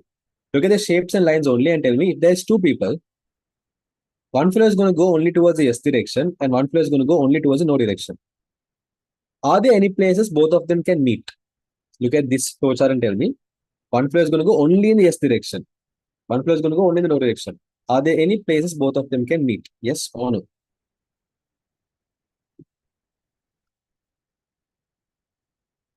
No.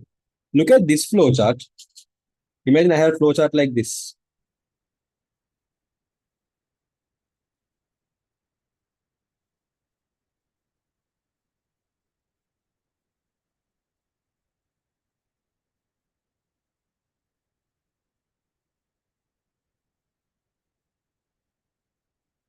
Imagine you have this flowchart.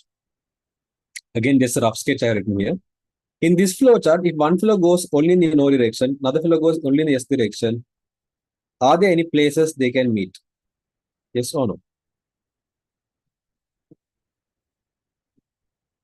Where will they meet? Is there a common place both of them can ever meet? Yes. If one person going in no direction, other person going in yes direction, if they can commonly meet, then that is a selection structure. If one person goes in yes direction, other person no direction, and if they can never meet, that's a repetition structure. Tell me, are you clear on how to figure out is it selection or repetition? Got it? If they meet, selection. If they don't meet, repetition. Got it? Okay. If it is selection structure and you have a condition, you can mention the if statement, like if and condition. But because it is repetition, I'm going to mention while. So I'll be like, while you can mention other repetition structures as well. I'm going to use while. I'll be like, while I is less than 5. Let me erase this. So I'll be like, while I is less than 5, do. First instruction, I'll be like input X. You can mention read X as well. And then I'm going to mention total is equal to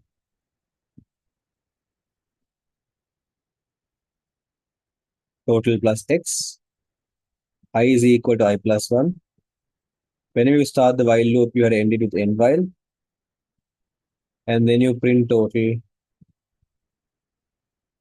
and end statement. So in while loop, what happens is you repeat, you are when you reach the end while, you again go and check the condition. So you follow the instructions inside and again go and check the condition. And while loop, you will repeat the instructions only if the condition is true. You can remember the World Trade Center. While true, continue, which means you will follow the instruction inside only the condition is true. So you'll follow the instruction. When you reach end while, you again go and check the condition. Follow the instruction, again go and check the condition. So you'll repeat this again and again and again and again. You will come to this print total, or basically you'll come to the instructions after end while. Whatever is there after end while, you'll come to there only if this condition gives you false. So this is how you write the same program using the while loop. Got it? When writing pseudocode, is it compulsory to have indentation? Not compulsory to have indentation, but better have indentation for better readability. Anyways, is this clear all of you? Understood how I converted the flowchart into pseudocode?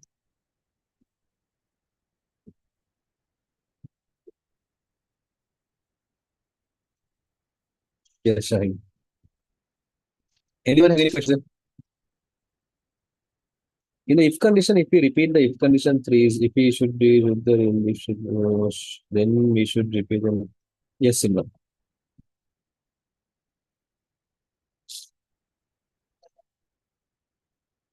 Any other questions, anyone?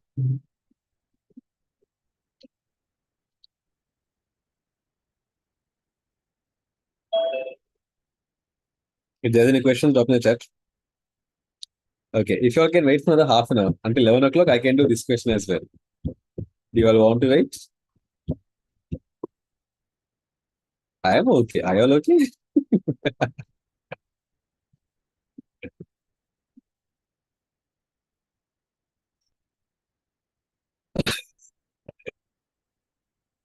Okay, I'm going to do this question. If you want, stay.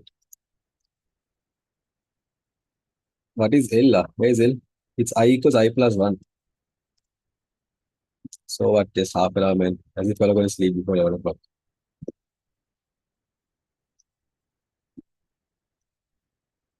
You didn't even drink water. I'm just now I drank milk. My mother came and gave because I'm speaking for so long.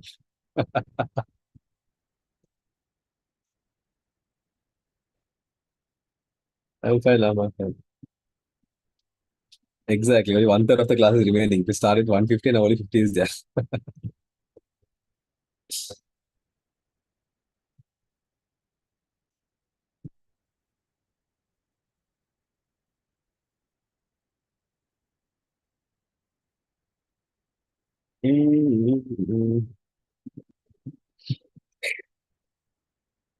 Okay, I'll skip this question then.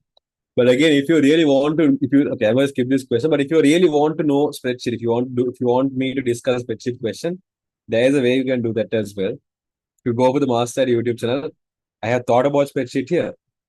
I don't know they have discussed a spreadsheet question here, but if you go for these term seminars, there's a topic called term test seminars. Definitely, every term test seminar will have a spreadsheet question, like grade 11. You can go for this grade 11 first term or second term, whatever you want. I definitely there's going to be a spreadsheet seminar, spreadsheet question I discuss, and all the spreadsheet questions are going to talk about the same bullshit stuffs. Okay, so therefore, if you really want, you can watch that seriously. How many watching the YouTube live? Let's go and reload this page and see. I don't think anyone is on YouTube. It's just for recording purpose. I put. Oh my god, there's one floor watching YouTube. Sad life.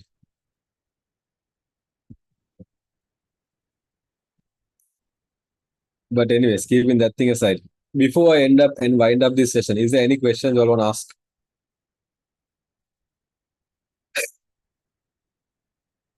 I'll check Lama. My WhatsApp is so full.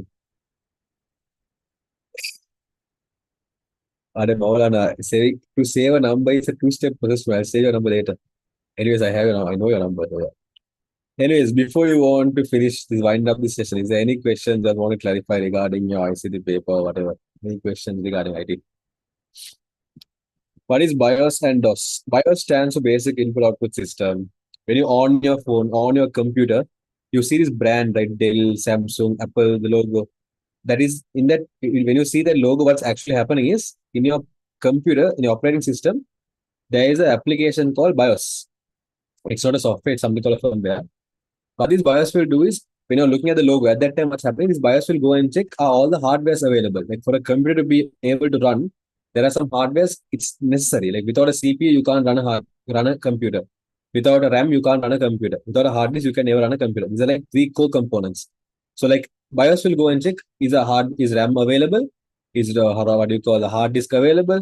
Is your CPU available? Something like that. It'll go and check are the devices available? Something like that. That's what the BIOS does. DOS is an example for operating system like Windows 7, Windows 10, Mac OS, Android. Likewise, MS-DOS is an example for operating system. Will you conduct a free session for pseudocode too? It's there on YouTube, man. Just go to YouTube. There's 8 hours I was talking about pseudocode flowchart. 4 hours, 4 hours. So jobless, go and check that.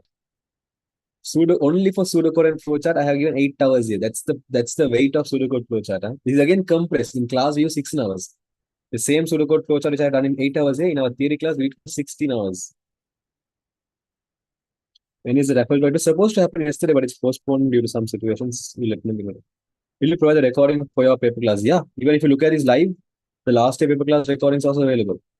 You just go for this live section YouTube. Last is every paper class they are here.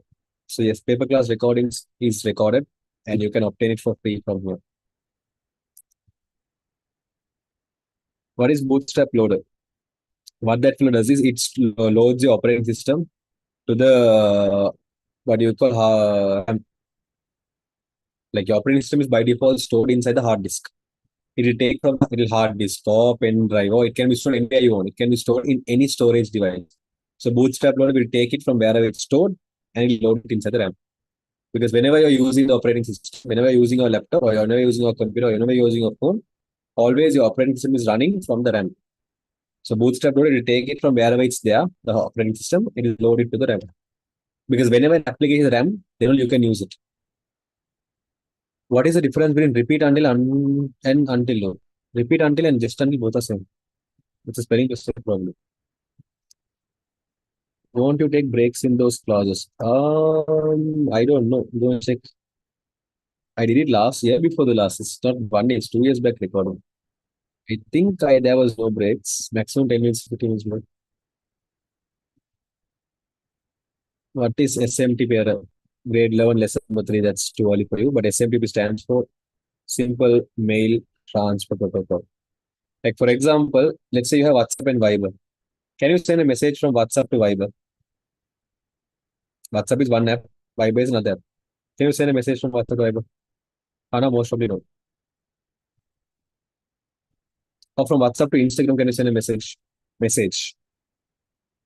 Or from WhatsApp to, let's say, Imo, can you send a message? From WhatsApp, can you send a message to someone in a different application from WhatsApp?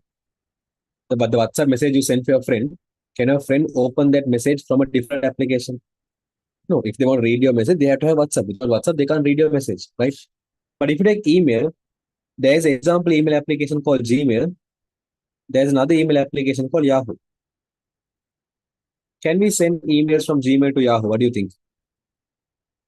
Let's say my email address is abc@gmail.com. And let's say your email address is test@yahoo.com. Can I send an email to you? Yes, I can. You can send emails from one to another. Okay. So let's say if you take emails, when email is being sent from one company to another company, from one server to another server, like Gmail is one company, Yahoo is another company. When you are sending emails from one server to another server, we use something called as SMTP protocol. Again, this is grade 11, lesson number 3. I don't know from where to get this question for you all. It's too early for you all. So if there's an error here, you'll get SMTP error. Errors when sending email from one email server, not the email server. But why did you have that question? Anyways, any other questions, Ram? Basically, I'm answering questions. If you don't have questions, I can leave. Or if you want to listen to the answers for those questions, you can stay. Any questions, anyone? When is your paper class? Coming Tuesday, you are starting 4:30 to 6 p.m. every Tuesdays. No questions?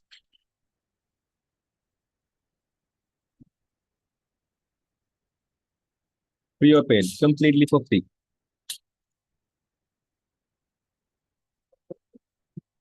Is it possible to get the recording of the paper class? Yes, yes, that's what I showed you. All the paper class recordings will be stored in YouTube. So yes, it is possible. And you can watch it anytime you want. There's no expiry. Okay, as there is no other questions, I'm going to end the meeting. And Muhammad, great 10, all the lessons will come. If there's anything, you can just WhatsApp me. WhatsApp the master ID hotline number, which we had doubts or anything, because that's the number I check messages. Don't message any other numbers for now. So if you had doubts or clarification, message the master IT hotline number. Either me or from my team might reply you. As most probably I might check, or if someone from my team might check and reply. Yeah. So with that, we're done for the day. If you have any questions, you can get back to me. Have a nice day. Bye bye. Good night, sweet dreams. And sorry for dragging the session 40 minutes extra. That's nothing new. If you are coming to my classes, you will always know that I don't finish class in time. I always, and in the beginning of the seminar, I told you by 10 o'clock, I can't finish the full paper. Just finish maximum possible from the part two. I gave that disclaimer in the beginning itself. Anyways, have a nice day. Goodbye. Enjoy. Sweet dreams. Blah, blah. And good luck with the exams. The main thing.